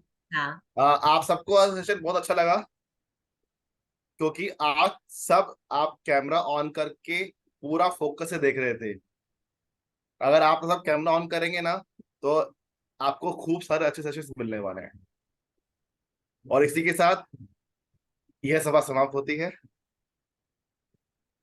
Bye bye, thank you sir. Bye, okay good bye day. Bye bye bye bye bye bye bye.